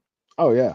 And like you were saying, there's some things you that may not have been what you wanted, but you were willing to take that alternate route to get to exactly where you want to be at that point. Exactly. And like I'm relating to that to like the person that, lives in a studio apartment and that's their, like that one bedroom apartment is all their shit and they're trying to live and they have a storage unit with all their stuff or they're saving at their parents, in some back room and they're working their ass off, as many shifts as they can, sleeping on if they can get it the 6 hours a fucking day. Trust me, someone works third shift, I may get 6 hours of sleep in a fucking week. Like, and they're doing that and they're trying to achieve their goal. Go ahead and fucking do it, Yeah. please. And I may be a stranger, but I'll cheer you the fuck on. So you're doing a good job. You're doing what you need to do. You are doing your best. And I know some people need to hear that. So I've seen it from Luna firsthand that she needs to hear it sometimes because she works her ass off at her job, and I know how it is. Yeah. And you are doing what you want. You are working your ass off. You're making something of yourself. Go ahead and do it. Yeah. Get that house. Get that, go from a studio apartment to a condo if you want it, or whatever, apartment. Get a Yeah. house. Go ahead. Do it. It's all obtainable. It's Oh, it just, is. It's scary. Put your mind to it. yeah. And just because you get knocked down, it doesn't matter. Like I mean, it's always, no one remembers how you get knocked down. They always nope. remember how you got back up and They don't remember the hardships you went through. Sometimes they do, but they're gonna remember the what you achieved. Like go ahead. Like do that. Just go ahead and do it. And some people and don't be ashamed of your way of living. Like if you buy the cheapest things you can, you live on, well, I'm not saying live on ramen because it's unhealthy, but if you gotta, you gotta. You gotta eat cheap food, and you do what you can. Like Yeah. we all know the ramen diet. We've all been there. It doesn't matter if you went to college as a poor kid, if you just were scraping by on, you had $5 and there's there's a case of water on sale for $2 and a pack of ramen. Go fucking buy it. Get that ramen. That's all you can do. Go ahead. Eat the ramen because the ramen is okay. Don't be ashamed of it. You did it. You know what you have to go through. Don't be ashamed. You're doing your best. And as a person who has been knocked down by their own self, someone who's gotten in their way, which is me. I mean, a majority of my mistakes I know what you mean. are on me. I can admit that. But to get from the ramen diet to spending my honeymoon in Vegas with my wife for a week and eating the foods of Gordon Ramsay and things like that, like it's an achievement. It makes you feel fulfilled. It's not just refreshing, but you feel so fulfilled and like full of happiness at that point. You're like, fuck yeah. Like there's times, man, I'll say it with Luna, dude. Like I had she relationships, but she's everything I ever needed now. And just you get that like, God damn, I'm fucking happy. Yeah. It's a great feeling because it's absolutely it's that highest euphoria you could ever have.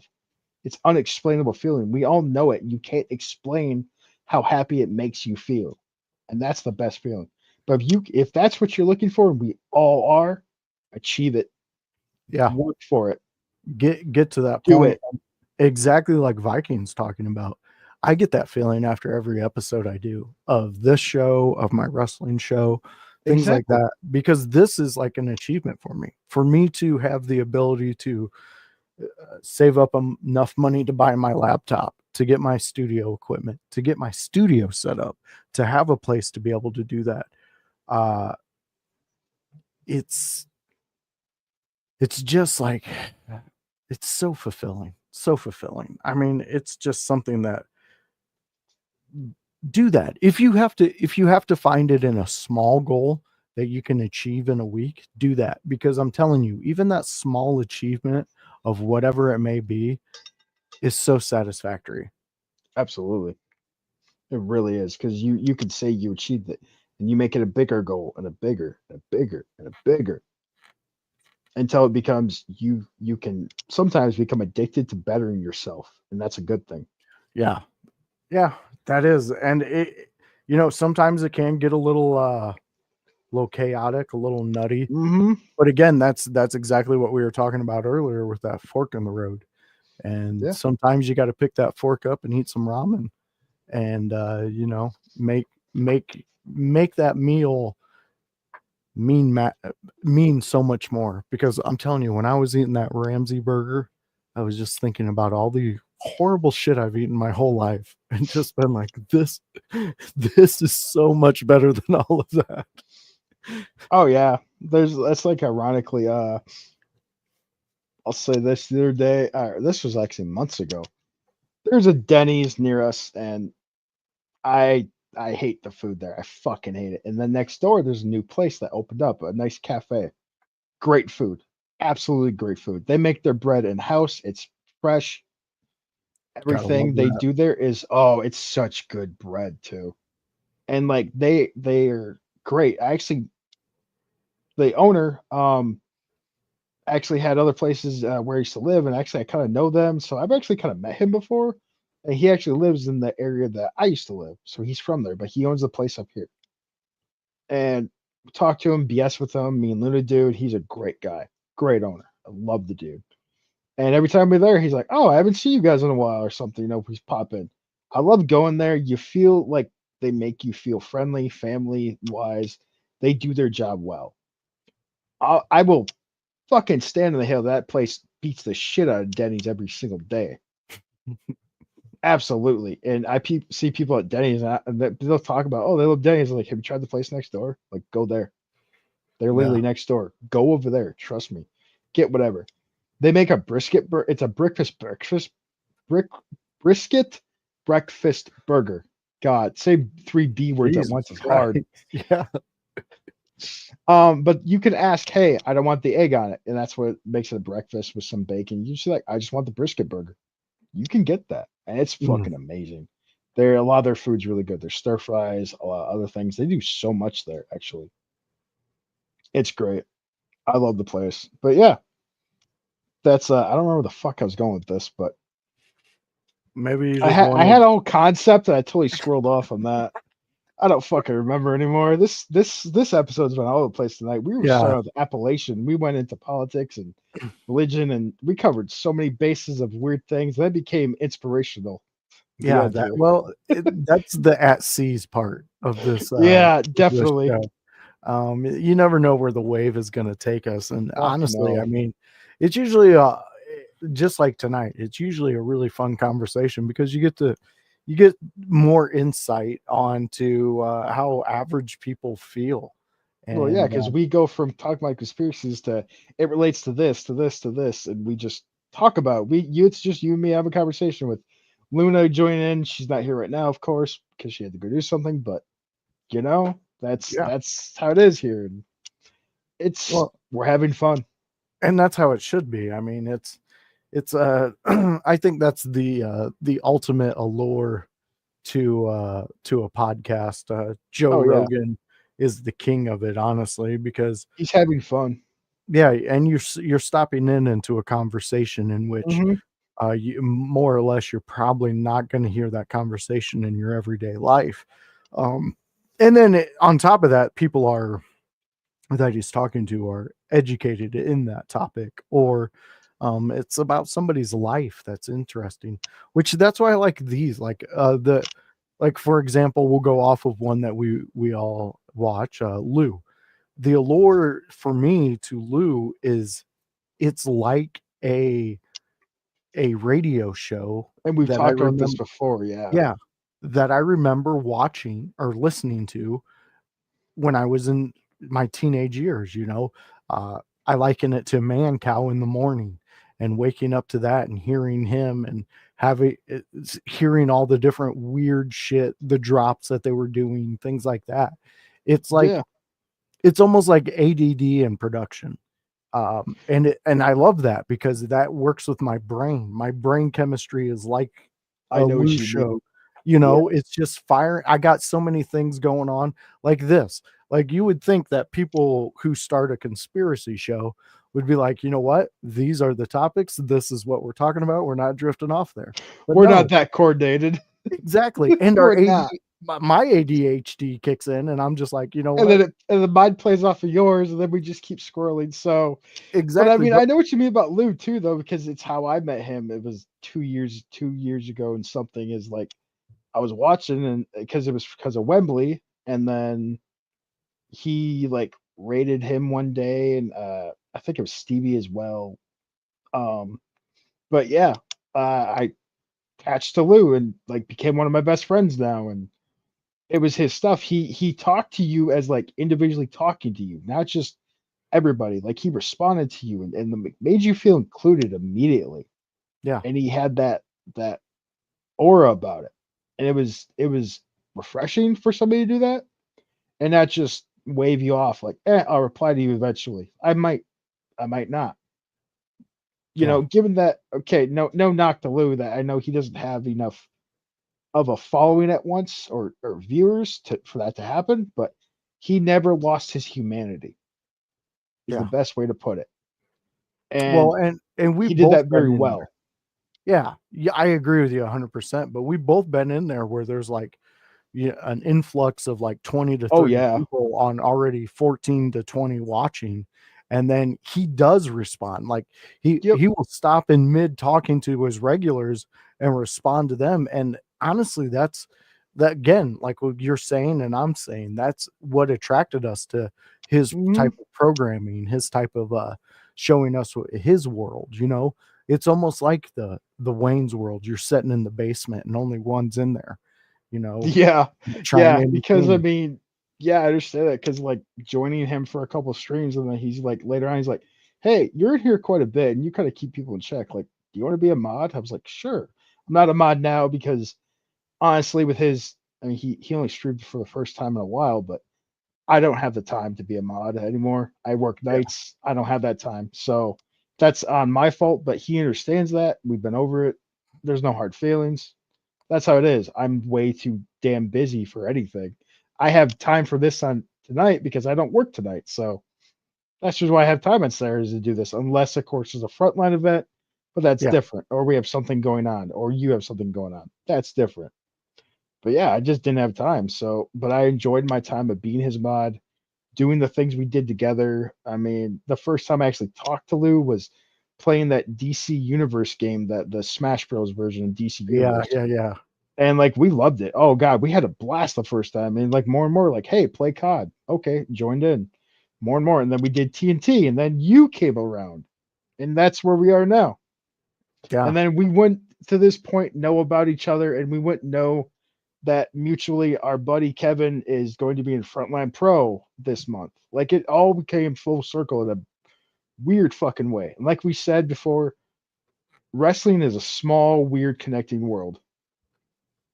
Like it really really is. is. It really is. There's been It's more odd occurrences ever in wrestling that I can relate to than ever before of things. Yeah, it's almost like the wrestling universe, the world in itself is its own matrix. You know And what I mind you, mean? ours was digitally done with, in a Yeah, game. exactly. That's how yours and mine are. Yeah, exactly. And it expanded from or it came from something that already expanded off of what the actual product was, just pure wrestling. And then that went into video games. Then video games went into online promotion, Oh yeah, e-promotion. which And we then it did. We did our yeah, own indie shows. What we were doing. And that's why I told Lou, I was like, "Hey, I have this idea for this show. Like, we could make it a thing with this wrestling thing we do every week on Tuesdays. Like, it's what we did every Tuesday with AEW, and we were playing that, and we were playing the modes. And I was like, we could do more with our own show, yeah. which is called the what is it? Electronic. Uh, Uh, I just I don't know. E-Fed, that's all I've ever heard EFED, them yeah, call it. But I've EFED, never asked what Electronic it Federation, whatever. I guess, yeah. I Yeah, guess something like yeah. that. What I can't remember what it's called, but that's what we did. We just did our own indie show. I was like, I have this idea and this. I'm like, let's get. And he was like, how do we get people involved? It's like, what if we ask people if they want to be a part of it? We'll create their character, and that's where we'll go for it. Wow. I'll create the belts, the arena, whatnot, all the shows. Like I will come up with all them. You just have to download it, run it, and that's where it is. And that's where it became really good. But that goes down to the most basic line, famous basic line of a movie. If you build it, they will come. Oh, absolutely. And honestly, that's anything that we do in the digital world and we go live with or we create for people to view. You're building up something and people will come. You're never alone in what you think because there's Yep. so many minds in the world. Like it's so hard to be a actual unique thinker. Mm-hmm. You can be outside the box in your own world, but to be a unique thinker, unique is a word that I think is lost in today's society, and everybody thinks they're unique because And no, I'm sorry, finish. no, I was just gonna actually say Oh, something like oh, colored your hair a different color. That doesn't make you unique. and I was gonna say, that's a good point. I mean, you're not wrong because if you color your hair a teal color, somebody else down the street might have the same color. You're not Yeah, individual. and I But hey, guarantee what if you Rodman meet did that person and then you're like, hey, we have these interests. We have more similar interests. They could become your best friend. You don't fucking exactly, know. That's exactly. how, and I'm pretty sure there's multiple people that can be like, oh yeah, that's how it happened. How I know this person. That's how a lot of things for me have happened. I'm pretty sure that's everybody. Once you get similar interests, you're like, hey, this person's pretty cool. You become friends. I mean, It's that's how how me men friends grow. like, yeah, that's what happens, like that's what shit happens. But I was gonna say, along with that, you're not alone. Is I always say this, like me and Lou talked about this. There's certain things that we go through or talk about day to day stuff, and you're not alone in a lot of shit. Like you're having a bad day, you're not the only one. You had this Mhm. happen to you, you're not the only one. Like you always Yeah, got to keep that in mind. You're not alone in what you think you're always alone in. yeah, and So yeah, I know everybody says your story is unique, and in a way it is because it's it is happening to you. your Um, story. How it happened is your way. but your path has already been walked. So, Hmm. take take the time, see where the footsteps went. Maybe maybe slow the path walking down a little bit and see what you can actually achieve. And like I was saying earlier, do the thing that you can accomplish in a day, in a week, in an hour, and do multiples of them, and you'll see the building of it. You'll have more self-confidence. You'll assure yourself that you can accomplish stuff more, and then those goals will become bigger and bigger, and it's just like the snowball going down a hill. It's going to collect more and more snow, and it's going to become Yeah. something that you cannot deny. And just saying that you're that doesn't make you that, LeBron James. So if I got to talk to you directly, just because you say you're the GOAT doesn't make you the GOAT. Trust me. See, I'll do it with this, okay? Because this is a weird like referral or connection. Is take for example, I'm gonna say this online on Xbox or other games, racing games. A lot of people know I'm very good. It's because of years of doing it and being competitive. Like, damn, I want that win. I want to go to higher difficulty and see if I can beat this person. Then you do it, and then you want it harder and harder. You want to do it, the best you can. Is me and Luna will play Mario Kart, and we do it a certain way, and then we set it up and we play. If I can beat that character, I'm feeling accomplished. Fuck yeah, because Mario Kart's not easy, bro. It's hard No. as shit sometimes. Okay, there's certain tracks that I suck ass at, and I could not win. But when I like the last few weeks, like we play, and I finally win at this one track, and I'm like, holy fuck, I haven't won here yet. I've always like lost or been second or third or last. Like that shit happens. And but if I say I'm the best and I believe it, then I'm the best at that point. You're Yeah. only as good as you think you are. What I'm going to relate it to is, I know this is weird, but Lightning McQueen is where I'm going to say it at, because what did he always do? I am speed. I'm fast. I'm the best. And I'll say that. I know it's a weird reference, but it's what he did. He believed he was the best, and that's how, in the movie, he's the best racer, whatever. That's what he did. And I use that example a lot. I know it's odd, but it's what I use because I know it very well. I believe I'm the best in this game. I believe it that what I do, I am the best at that point. Like Bret Hart. Yes, exactly. Okay, he believed he was the best. He always did. I know you're gonna hate this, but CM Punk also. Okay, and I know you're gonna roll your fucking eyes. I know it, but he also gets that from Bret Hart, though. By the way, so Best in the world, because CM Punk is a huge fan of Bret Hart, but not real glass. He hates real glass. It's all plexiglass in his house. fucking A. But anyways, Bret Hart's my example of that. He said that's great. he's the best in the world. That's what he said. The best there is, the best there was, the best there ever will be. We all know that fucking line in wrestling. We all do. And He love believed that it, line. and he led his example out of that. No, you're 100% on that, and I love where you're going with it. Give me a sec. You're good.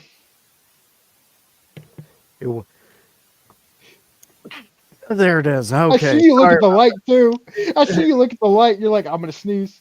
I was about to. It was there, and then it was gone, and then it came. Don't in you full fucking hate force. that? And then it just randomly sneaks up out of nowhere. You're like, man, that hurt. Yeah, exactly. It doesn't make any sense to me why we sneeze. No, but your heart stops for a millisecond. What's going on here? Who designed? like I'm this saying, body?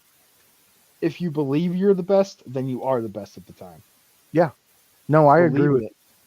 And like I said like- with and I'll do that after Mario Kart. I'm like, ka-chow, I'm the fucking greatest. no, and Luna's you laughing should. right now because she's actually back. She just came back, and she's laughing over the corner at this. I do it all the time. Ka-chow, motherfucker. I'm good. My cousin sitting to my left will know from Forza. I'm very fucking good. Forza, Need for Speed, GTA. If it's driving, I'm fucking handling that shit, and I'm making it go. Well, I play a lot of racing games. Even Black Ice can say this too, that I'm good. I play a lot of racing games with different people, and they all know I'm very competitive about racing. It's racing wise. I'm like, man, if I can be faster, that's accomplishing to me. Like, what about I'm not- F1 Zero? F1 what? Zero. What's zero? Oh, F1 Zero. I mean F-Zero. Yeah, whatever it is. I haven't played. I used to play it back in Nintendo, but I haven't played the new version. I have it downloaded because it was free or whatever, and Fuck the new version. No one's talking about the new version. it's just remastered. That's all it is. Oh, well, Yeah, they might it's just a have- remastered version. It's not a remake. It's remastered. Okay. Well, But that one is fucking frustrating as shit, though. Okay, it was a that very game makes me want to throw my controller sometimes because those races fucking suck, and They I do. always exist. There's been times in Mario Kart where it's the last lap and I'm leading around a fucking turn and I get hit with something. Somebody fucks me over with a star, aka Luna, and sends me back to like 6th place and she wins, which has happened. Fucking asshole. You gotta know, love that it, shit's though. happened, okay? And that happens, Shit. Like, that's frustrating. And then the next race, you're like, nah, I'm going to win this fucking thing. and somehow mysteriously it's a track you suck at, and then you win and dominate the race because you're just that pissed off. And that's an Well, example of believing you're the best makes you the best. well, she's admitting here she has no clue what you're I talking know. about. So, quick, keep your fake news over there, Don't you Vacuum fucking Storm. blow a kiss at me, you asshole. You gotta fucking love it. Well, let's wrap this episode up with one more of the conspiracies out there. Please do. Are we going back to about the- Appalachians or what? Yes, we're going back to the Appalachian Mountains. We're going to talk about the Bell Witch. And I'm going to say this. I will definitely come back to this next time because there's, as I said, I could keep Appalachian going on for like a year. Years. With the amount of fucking information there is. So I do want to come back to this. In 2 weeks, I want to come back to Appalachian, actually. It's what I want to do because there's so much more to talk about. Well, we will definitely explore that. Yes. Okay, so an interesting thing that I ran across when I did the AI question was this Bell Witch, and the Bell Witch. This is a legendary ghost story from Tennessee. Tells the tale of a family tormented by a malevolent spirit known as the Bell Witch. The spirit was blamed for physical attacks on the family and visitors, and its existence remains in topics of debate today. So that was the quick little thing. So then I asked AI to go into further of the Bell Witch story. Elaborate on it, yeah.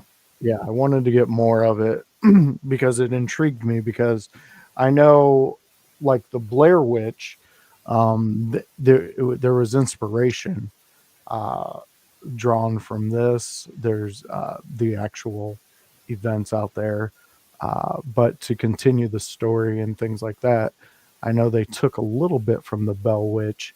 Okay, so the Bell Witch, also known as the Bell Witch Haunting, is a legendary ghost story from Adams, Tennessee, that has been fascinating people over 2 centuries. So here's a little more into the story. So the story of the Bell Witch haunting took place between 1817 and 1821 on the farm of John and Lucy Bell. The family reported experiencing strange and terrifying events, including unusual noises such as whistling, knocking, screaming sounds were heard throughout the farm. They had physical attacks. Family members and visitors were slapped, pinched, and pulled by an invisible force. There was some mysterious voices. A voice claimed to be the Bell Witch would often speak to the family, sometimes in a menacing tone. There was also talks of poltergeist activity. Objects would move on their own, and furniture would be rearranged. The entity, the Bell Witch, was said to be the spirit of Kate Batts, a neighbor who had a dispute with John Bell over land.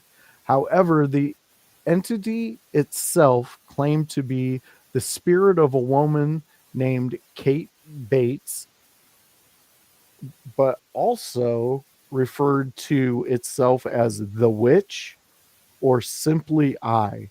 The entity's behavior was often contradictory, sometimes appearing to be malevolent, while other times seeming to be benevolent. So I guess that would be the nice ghost, Casper. That'd be a little bit of Casper there. So the haunting began in 1817 when the Bell family started experiencing strange noises, movements. The entity would often target John Bell, physically attacking him and threatening his life. The haunting escalated over time, with the entity becoming more aggressive and more malevolent. The investigation in 1820. Ooh, Andrew Jackson, the future president of the United States, visited the Bell Farm. Um, he said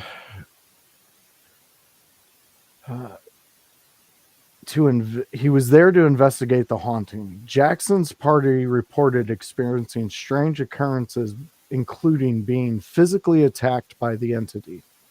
So the legacy of the Bell Witch haunting has become one of the most well-known ghost stories in America folklore.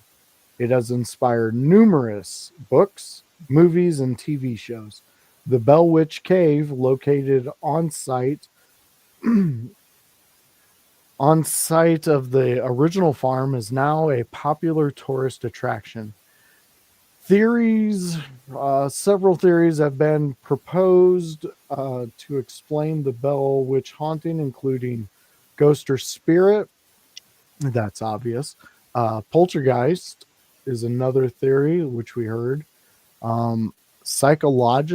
There's a psychological explanation, and that has a little more into it.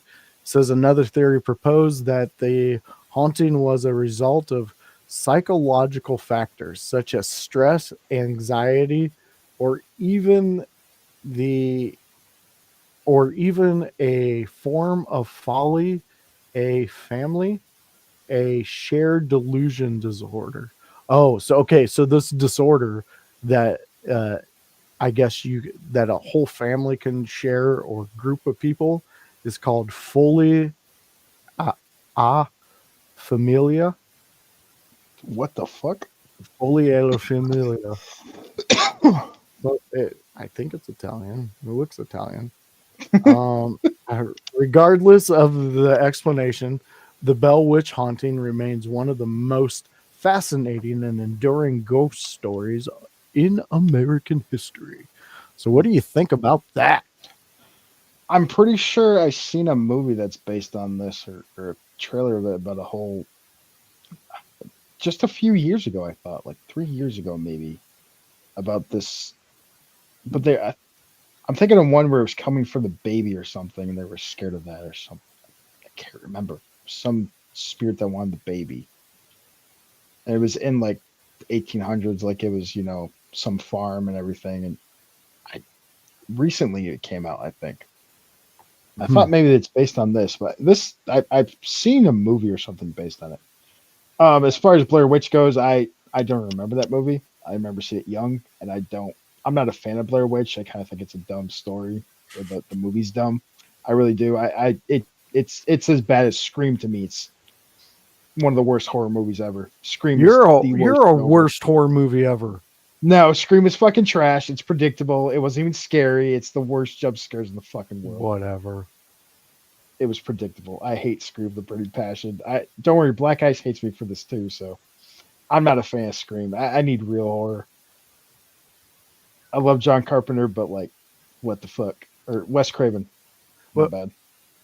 Before we go any further, Luna hit us up in a private chat. She said the activity became so notorious that General Andrew Jackson and his men visited the farm, and after a night of harassment from the witch, departed quickly. Later, Jackson supposedly said he would rather fight the British at New Orleans than fight the Bell Witch. Jeez. That's awesome. You gotta love that. Yeah, I mean, like you said, and like it said in the description, there was like tons of movies, books, and shit like that, kind of based off of the stories that were told about this particular witch, the Bell Witch. The more what I looked into it, it seemed very interesting. It seemed like some of the encounters and things like that I was reading, that people were truly believe that there's a witch that haunts this area, and that they've been physically harmed. There was one post I was reading. It's at the cave they were talking about. That's at the original farm. The lady said that while she was walking up to the cave, she could just feel like this immense amount of pressure on her chest, and she actually ended up having to be taken by an EMS for having like a heart attack, like a mild Wow. heart attack, and that was just walking up there. All I But can think of is like extreme heart palpitations and like, like well, panicking. exactly. Like here's the thing. I like to read and listen to podcasts that talk about like some pretty dark shit Mhm. and some actual like true crime stuff and things like that. And a lot of people that go to some of these places that they research, you get this natural human instinct to fully buy into it and to fully like uh, absorb what you're reading, and like it matters to you. You have a Mhm. connection to it. So when you get to that place to where it's possibly happened at, or a actual true life event happened at, your body can react in various ways, and one of them can be the fright, and it could get to you to a point to where you do have things like a heart attack or things like that, or palpitations and things like that. Morbid is a good podcast for true crime and paranormal. They are on Spotify. We will have to check that out. I I know particularly, Luna actually. I'm sorry. Go ahead. no, I was just gonna say I listen to Theories of a Third Kind, but go ahead. I think I've seen that one before. I listened to it before. I'm pretty sure at one point in time. Maybe that may have been when I was really listening to like creepy pastas, and I like may have found it. And, like, this sounds kind of cool. I've definitely seen them on YouTube. I've definitely Yeah. seen that channel on YouTube. They Um, cover a lot of creepy pastas back in the day.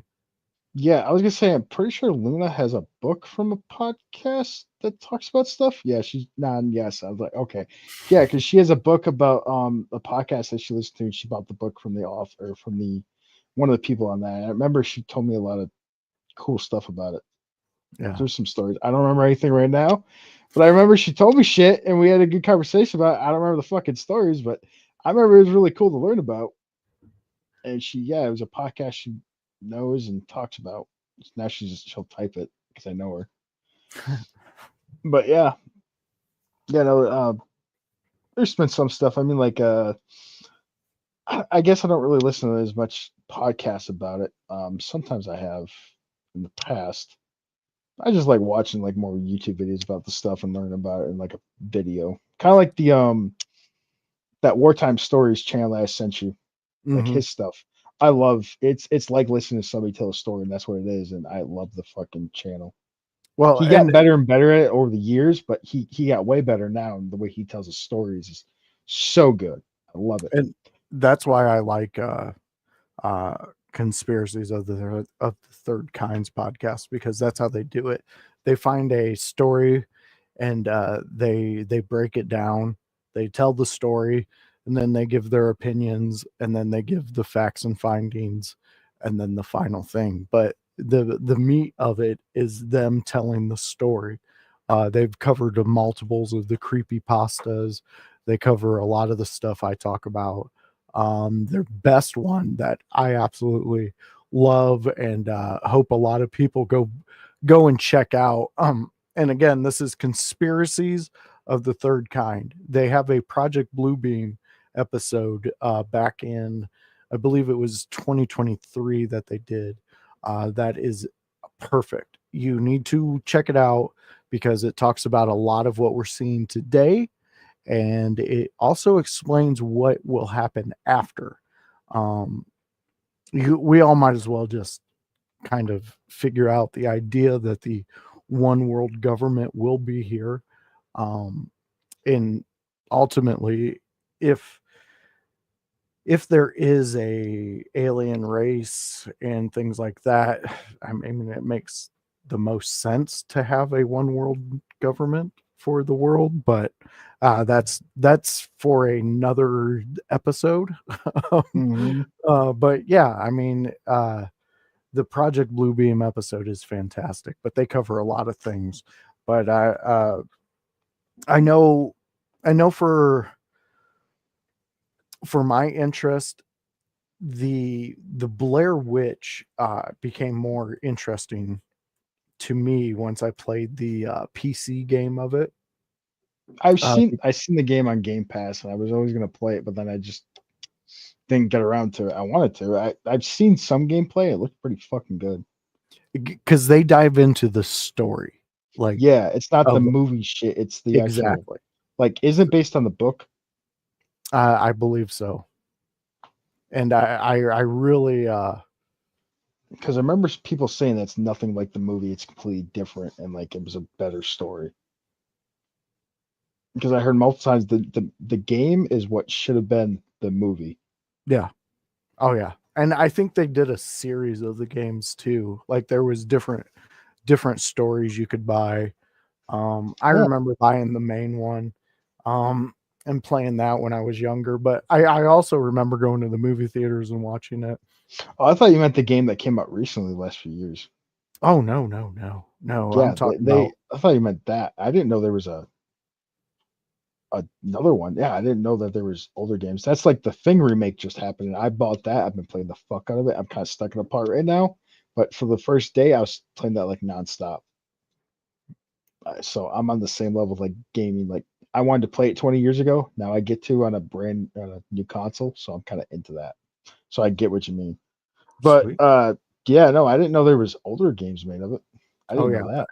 Back in the day, they when PC gaming started taking off, they did a whole series of them, and they were pretty good. They were really jump scary, and I enjoyed that. Uh, they had this thing with the children that were taken in the village and things in the town. You could and when it turned night, you could hear them running and laughing. Uh, that's That's the thing. Yeah, fucking creepy. I don't do kids and horror movies like Children laughing. Yep. Nope. I'm good. yeah, Nope. Children of the Corn. I would have burnt that cornfield down. I would have been like, "Fuck y'all, don't give a fuck. I'll Whoa. starve, but I ain't getting killed by Malachi." Things like that freak me the fuck out. There was a since we're talking about an entity, a bell witch, um, over here where I'm at, there was a discussion. I remember in high school, we used to talk about this one road. It's out in the country. It's basically a smoke route, Hmm. but you come to this one road that is just straight, and it's straight for like 2 miles. And uh, on all the sides of the road, you have you have trees, but the trees are very like what we see coming out of the zombies' heads on the TVs on the picture of the background. They're Oh, just so it's all really like shitty. Deadwood. Yeah, they're alive. During the summer, they have leaves, and during the winter, they look like that. But in the fall time, usually around the end of September up until when it snows, they say if you drive down that road, you'll see this person walking, and they'll be wearing a red flannel with the black checkers, and they're a hitchhiker. And if you pick them up, you're not going to be seen the next day. Blah blah blah. This was just a high school story. Um, so we would go down that road all the time, never see anything, and then one day we fucking seen a dude walking wearing that exact fucking flannel on that exact road, Was it? man. Let's say, was it fall? Yeah, and it was like, we're done. Nope, not fucking doing this road ever again. And it's just, I guess that goes back to the woman who had a heart attack at the cave, um, things like that. I mean, that's The kind of like mind, the like what you just talked about reminds me of the first episode of Supernatural. Luna never. knows what I'm talking about, but the woman in white on the bridge that you pick her up, you're never seen again.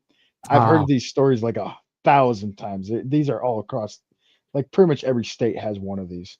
yeah, and like Luna It's said here, weirdly that's how it is. Like every state like has at least one story of this. That's the weird thing. and that black-eyed children. Now, I haven't looked it up, but I almost guarantee that it's exactly what I've seen this like little 20-minute documentary on. and I want to say it has to do with this. If you go to this one area, particular road, and turn off your vehicle, your car will get pushed, and then when And isn't it like afterwards you'll see handprints all over the car and shit, exactly, right? Right? yes, It's one of it, those. Yes. yeah, Yeah, it's fucked up. I could almost say that's That's some type of terrifying. story with this, because it, like, there's so many stories about. As I said, we'll do this again because Yeah, there's Appalachian shit literally goes on for I there's mean, just there's a huge amount. Like I said, it's the Bermuda Triangle of America. I'll yeah, keep saying that because it's so fucked up in this one area. there's It's so, Bigfoot sightings there. and There's there's like been a ton of like speculations of why it's like this. The biggest one, of course, and the most common one, and the only like truly logical one, if you think about it, well, that could be it, and I'm pretty sure is the area is cursed by Native Americans. oh, I could believe that. Yeah. That the land is cursed Well, across the and Appalachians. it's like what we were talking about earlier with our ideas on what happens after death. Mm-hmm. So much energy was taken in that area, and then there's the, like we talked about with the minerals and things in the rocks and things like that in the Like I mountains. said, the brown lights, like that's one of the things that could be it. Exactly. Because there's been certain areas that's been recorded that a ghost from that going to a certain area, and they thought it's because of this certain mineral or some kind of a rock, and like that's pushes them away, and like that's why they won't go to this certain place. Or it's like, hey, like, and it's been proven, salt lines keeps ghosts out, spirits, demons, keeps them out of areas. A salt line, like we all know that from like movie and whatnot, but that's actually kind of a true thing. And so who's not to say that, salt lines are buried in these areas, and that's like they have this weird border like that. Like that's as far as they Well, go. who's to say there's not salt in the mountains? That's what I'm saying. Oh, okay. Yeah, I the got salt okay, line. Yeah, okay. like in the ground. Yeah, like when I said in the ground, that's what I meant. Like that, along with other minerals in the ground that could possibly repel Gotcha. them. Yeah, that makes You know? sense. Okay. Yeah. Okay. And like we got Luna chiming in here in the public chat. She's allowing you all to see this message. Cherokee is the most common native folklore for most of Appalachia. Yep. That was a lot that I was seeing too, because and like you brought up there, it could be cursed. I mean, who fucking knows really? Because we, I don't want It could to. have been, 300, 400 years ago, whatever, 1800s, even before that, when we were colonizing, Native Americans. I mean, and this brings up a point. When did all the original occurrences start or recorded? How far back? Well, that was the one I seen with the Bell Witch And I'm was gonna have Luna 18. look that up right now because I want Yeah, to know how far back, because that would give you a detail like when did it start? Is this around the time like maybe during the oh, what's it called? The Trail of Tears? Is that what it's well, called? I mean, that would give us a They gave a Native Americans blankets full of oh, what the fuck were they? Smallpox. smallpox. Yeah, like who's is it during that time? Because I'm okay. and it's I cursed because of that. no, It's some I occurrence. completely hear that, but if we go with that route, then That's and the one learn I'm leaning towards because it's happened before. Areas being cursed by voodoo or ancient curses, and they're like with Skinwalker Ranch as an example. true. Areas being But cursed, and like that's the other. I'm sorry, I should rephrase this. Skinwalker Ranch is technically the Bermuda Triangle of America. That place is fucking weirder than shit, but so is the Appalachians. They're one and the same pretty much. But like that, like that's what I'm leaning towards though. Is that seems more. I know it's not a logical thing because it's technically unlogical, but that's the most logical one to me. Luna's chiming in. She said 1540s. Jesus. But Okay. again, here's the thing though. Yes, that would be when when there was documentation going on. Mm-hmm. But here's the thing. And I know this is going to sound fucked up, but That's when the white man decided to record it. We don't know what happened before that. True. And yes, was there blankets given to the Native Americans? But that's And- like 200-300 years later. That's like, that's way later on too. So True, but what was before that? Civil War. I mean, we I don't go remember. Civil War. I mean, okay, yeah. Well, it was the whole, war against the Native Americans and whatnot, and they were trying to eradicate them. And basically, we were Nazi Germany for a minute, and Native Americans were Jews. That's the biggest way to put it. well, And that's when I say when people are all mad about Hitler doing it first, technically we did it first. well, guess what? Stalin did more. So why is Hitler But so technically we were special? before Stalin, so Why does Hitler get all the glory? Huh? Stalin This did is way not more good. numbers. He did way what more the numbers. fuck? We're what the not fuck supposed to is be happy about it. I'm Not supposed to be proud of it. What the fuck? Here we go. Luna's chiming in saying the first contact between Cherokees and Europeans was in 1540 when Hernando de Soto, Soto. Sota, Soto. Soto, Sota, Solo, Sokoa, Fuck that. and several hundred of his, oh God, what, conquistadors? Conquistador. Yeah. Yeah, I believe it. Yeah, I said it right. You said it. Traveled through Cherokee territory during their expedition in what is now the southeastern United States. And again, that's European recording. So here's my theory. Something happened there. Something, and it could have been before Which even happens in most. I'm not mean to cut you off, but what happens No. in most of these, stories you hear about, natives of their area learning about, whoever's there, and I'm not just saying the white man, but that's what it was at the time, but other parts of the world with conquistadors, because they're known to be like, listen to me, and this is how it is, in all these stories or what you hear, they're very much, we're the law, even though we're not here, we're the ones in charge. That's how they work. And so I'm thinking they angered them, and things happened, slavery happened because they kind of helped start it. Slave trading, maybe, I don't know. Could have been one of those things. That's what happened.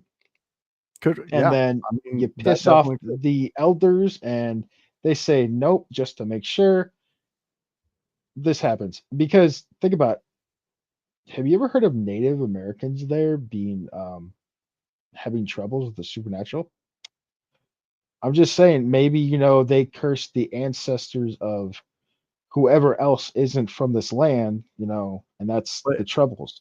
Because you don't see any Native Americans in these stories having supernatural events happen. But again, the Native Americans that we knew were the end of that, Yes. wherever that was. There was people before them, their ancestors, there was generations before them. So yes, can we say that this could be a possibility? 100%. That this coming in this with these conquistadors and knowing history and how things started, yes, that could be a huge imprint in that area. But what happened before then? Because yes, Native Americans, yes, they were here, but that's not they were also men and women. They're not like mythical creatures. So they also feuded with other tribes. They also hated other things for coming in there. They Mhm. tried. They had to learn how to live off the land to survive, to continue. So who's to say something didn't happen before that? Who's to say when the Anunnaki were around that there wasn't a battle that happened, and maybe there were some giants that died in the Appalachian Mountains, which created the mountains because everything grew on top of them because of this great battle between these creatures, these entities, these angels and fallen things from Jesus that. fucking Christ. Yeah, Calm down, Joseph. You're really well, far fetching that one, but I mean I get it, but damn, you're on a rant there, and I thought you're going for a little bit because I know you, but I'm like just saying, Jesus, man. Like that was a there's long so stretch. there's so many things that could have happened in that one specific Oh area. yeah. And But you know how the you moral I'm said saying though, and what I think is the area is just cursed in some way from something. yes, but what did we know about the Native Americans? They did things to to go against those curses to protect them from them. So maybe there was like special things that they did together that stopped these curses and which allowed them to live fruitfully in this land that others are now experiencing these things. Like I don't know, man. Like it's such a crazy thing uh that they're experiencing in this one mountain chain. Like Yeah, it's so bizarre. it is bizarre, just like Skinwalker Ranch is, which eventually we'll get to. It's one that I really want to because it's so fascinating to learn about the weird shit that happens there. I love Skinwalker Ranch's lore. Like and like it just like Appalachians, it grows more and more. So much shit. But Yeah, and yeah, I I mean the believe there's a Appalachians live are feed out there. yeah, there is. Because it's from the TV show or whatever it is, and that Skinwalker Ranch that they did like 2 seasons of or 3 seasons of, they had like a live feed thing on YouTube, I think. Yeah, there's some crazy stories out there. There is. But yeah, the moral of it is that fucking Appalachians are fucked no matter what. Yeah, I'm just definitely. saying it's a really fucked up environment out there. If you're a paranormal seeker and you like to go and investigate those things, it sounded like the Appalachian Mountains is the place for you. So go live your life, go enjoy and Definitely. find some ghosts. Just don't take Melissa McCarthy with you. You'll probably not find them. Other than that, we're going to revisit the Appalachian Mountains coming back up and get into more of the stories because I mean, I We was haven't even saying, scratched the surface. yeah, I basically gave you guys and Viking and Luna here. We basically gave you guys a small entity of these. I mean, Like we a have like not even a 0.1. You're still at 0.0. That's yeah, how and small it is. let's touch on this real quick before we head off into the sunset. But since we're speaking of the Cherokee mythology, the Spearfinger is a malevolent spirit that can only take that can wait hold on is a malevolent spirit that can take on various forms. It's said to roam the Appalachian Mountains using its long finger to pierce the hearts of its victims. So, like I said, we haven't even really dove into a majority of what is out there. Dude, I Uh, swear that was an episode of Supernatural. uh, well, it Luna's looking at probably me like was. maybe it is. I'm pretty sure it was. She's gonna Google it now because I know Yeah, her. I'm pretty dude, sure that was. Like I remember this being on something about it because that when you said the spear finger thing earlier, I was like, maybe I've heard about this, but it sounds interesting. Like a yeah. weird shapeshifter. I mean, you got the boo hags. They're also known as shapeshifters out there. Mm-hmm. Um, we discussed a little bit of the ghost of the coal mines. Um, there's a Bigfoot sightings, a lot of those out there. The Cherokee Little People. Um, that yeah, there's there's like There's the they one I'm looking forward to is the blue eyes.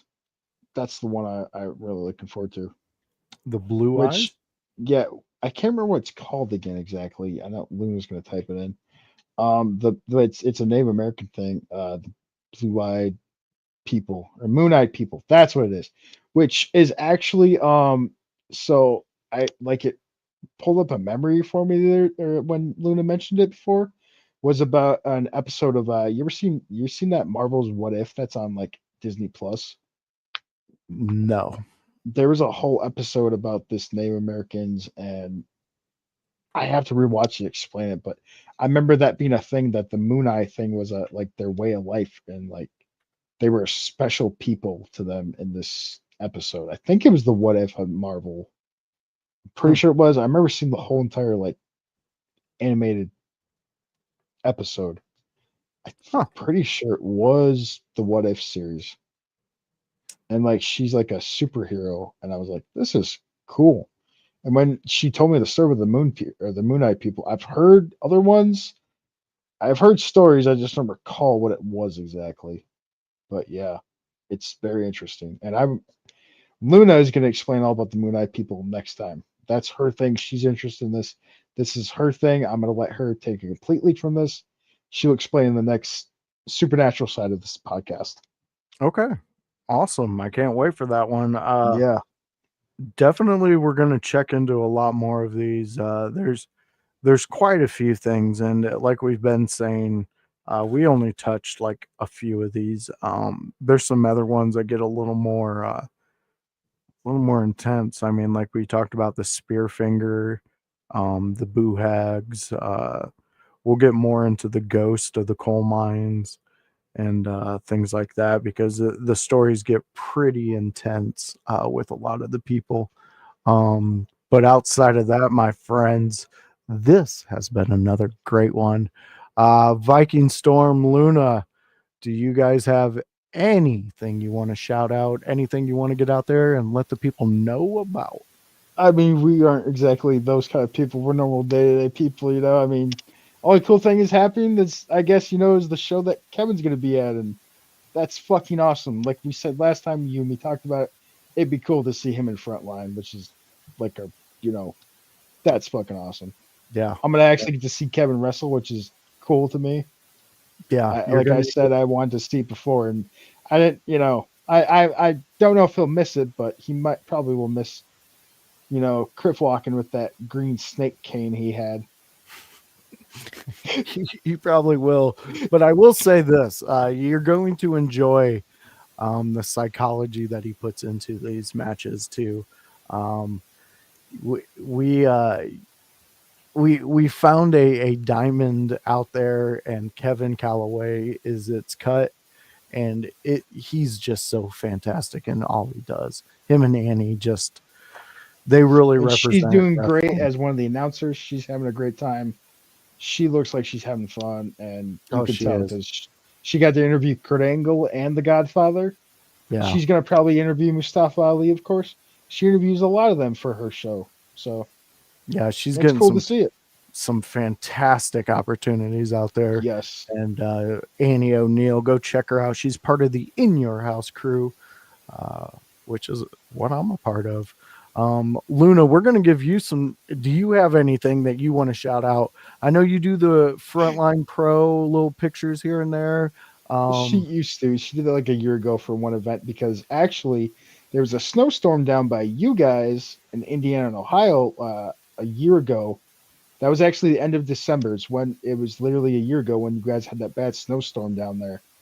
And it was kind of up here, but it was worse down by you guys even more. And the photographer actually couldn't make it because of that. He was supposed to come up the day before, and that night. Oh yeah, Yeah. okay, I remember this. Yeah, that's what the reason why. And Luna brought her camera with, a really nice one that she was just like, I'm gonna bring my camera with. Maybe I'll take pictures. Well, ironically, that happened, and then my mom walks up and she's like, "Hey, Ben doesn't have a photographer. Like, would you be willing to do it?" And like she said, yeah, and she had a good time doing it. But that was about it at the time for that thing. Well, let me know whose tires I need to pop for this next one, and Luna, we will get you right back onto that click, click, click picture your time. So fans just, they know my humor, okay? So get on board, okay? Outside of my friend Viking Storm and my friend Luna, it is I, Joshua Joseph, the voice part of the In Your House crew, in which you can catch us all the time. Me specifically on a Monday. You can catch me with my best online buddy in the world, Grunmeister, the blue-eyed villain, and Kevin Calloway, the Chaos Goblin, where we talk wrestling. We talk Monday Night Raws, to be more specific, and it is at 7 p.m. where Grun, Kevin, and we all have our own subject, and we want to talk to you about it, and we want to hear what you have to say. So join us where we have some fun and we lick some windows. It is a good, clean fun. You can bring your kids in there, sometimes maybe cover their ears. We only say bad words. We don't like get into weird shit. I mean, Grun does, but that's Grun. That's weird. Yeah, you'll learn to love them. So come join us then. On Friday, I jump on the ECW bandwagon, and me and House, we go back in time, 1997 to be more specific, and we are in the midst of watching ECW Hardcore TV, which is their weekly television show that they had. And it had fantastic storytelling, it had fantastic matches, and it had the most blood you could ever want to pour on Carrie at a prom. So come join me and House where we go extreme. The next one that is up to bat is November to Remember 1997. And that was one of the most fantastic November to Remembers, if you remember. So come join me in House and enjoy the extreme on a Friday night. Also, there's Sunday. That's a house party. That's where In Your House gets together with everybody. We're having one tomorrow, and we talk wrestling. We talk about all the things that's happened throughout the week of wrestling. We talk AEW. We talk WWE. That involves SmackDown, Raw, and a PLE here and there. So come join us and the house party and just be yourself. We'd love to hear from what you have to think about wrestling in today's day and age. And, well, we want to hear from you. So for me, for my friend Viking Storm over there, and my friend Luna over there, we thank you for joining us, and we cannot wait to get weird with you next time. Next time is the Epstein list. So, Oh fuck. I think everybody needs to be a part of it. All right, let's see if we'll even be on air during this one. Yeah, let's see if we get some technical difficulties. So I mean, fans, you've been having some tonight, man. I've been noticing you freezing, stop talking. All of a sudden, mid-sentence, it stops and just catches back up. And I'm like, this is fucking weird because you don't have this much difficulties otherwise. But during this show, if I'm we talking have ever wrestling, since. Smooth criminal. What the fuck? We will catch you on the next one. Let's get weird.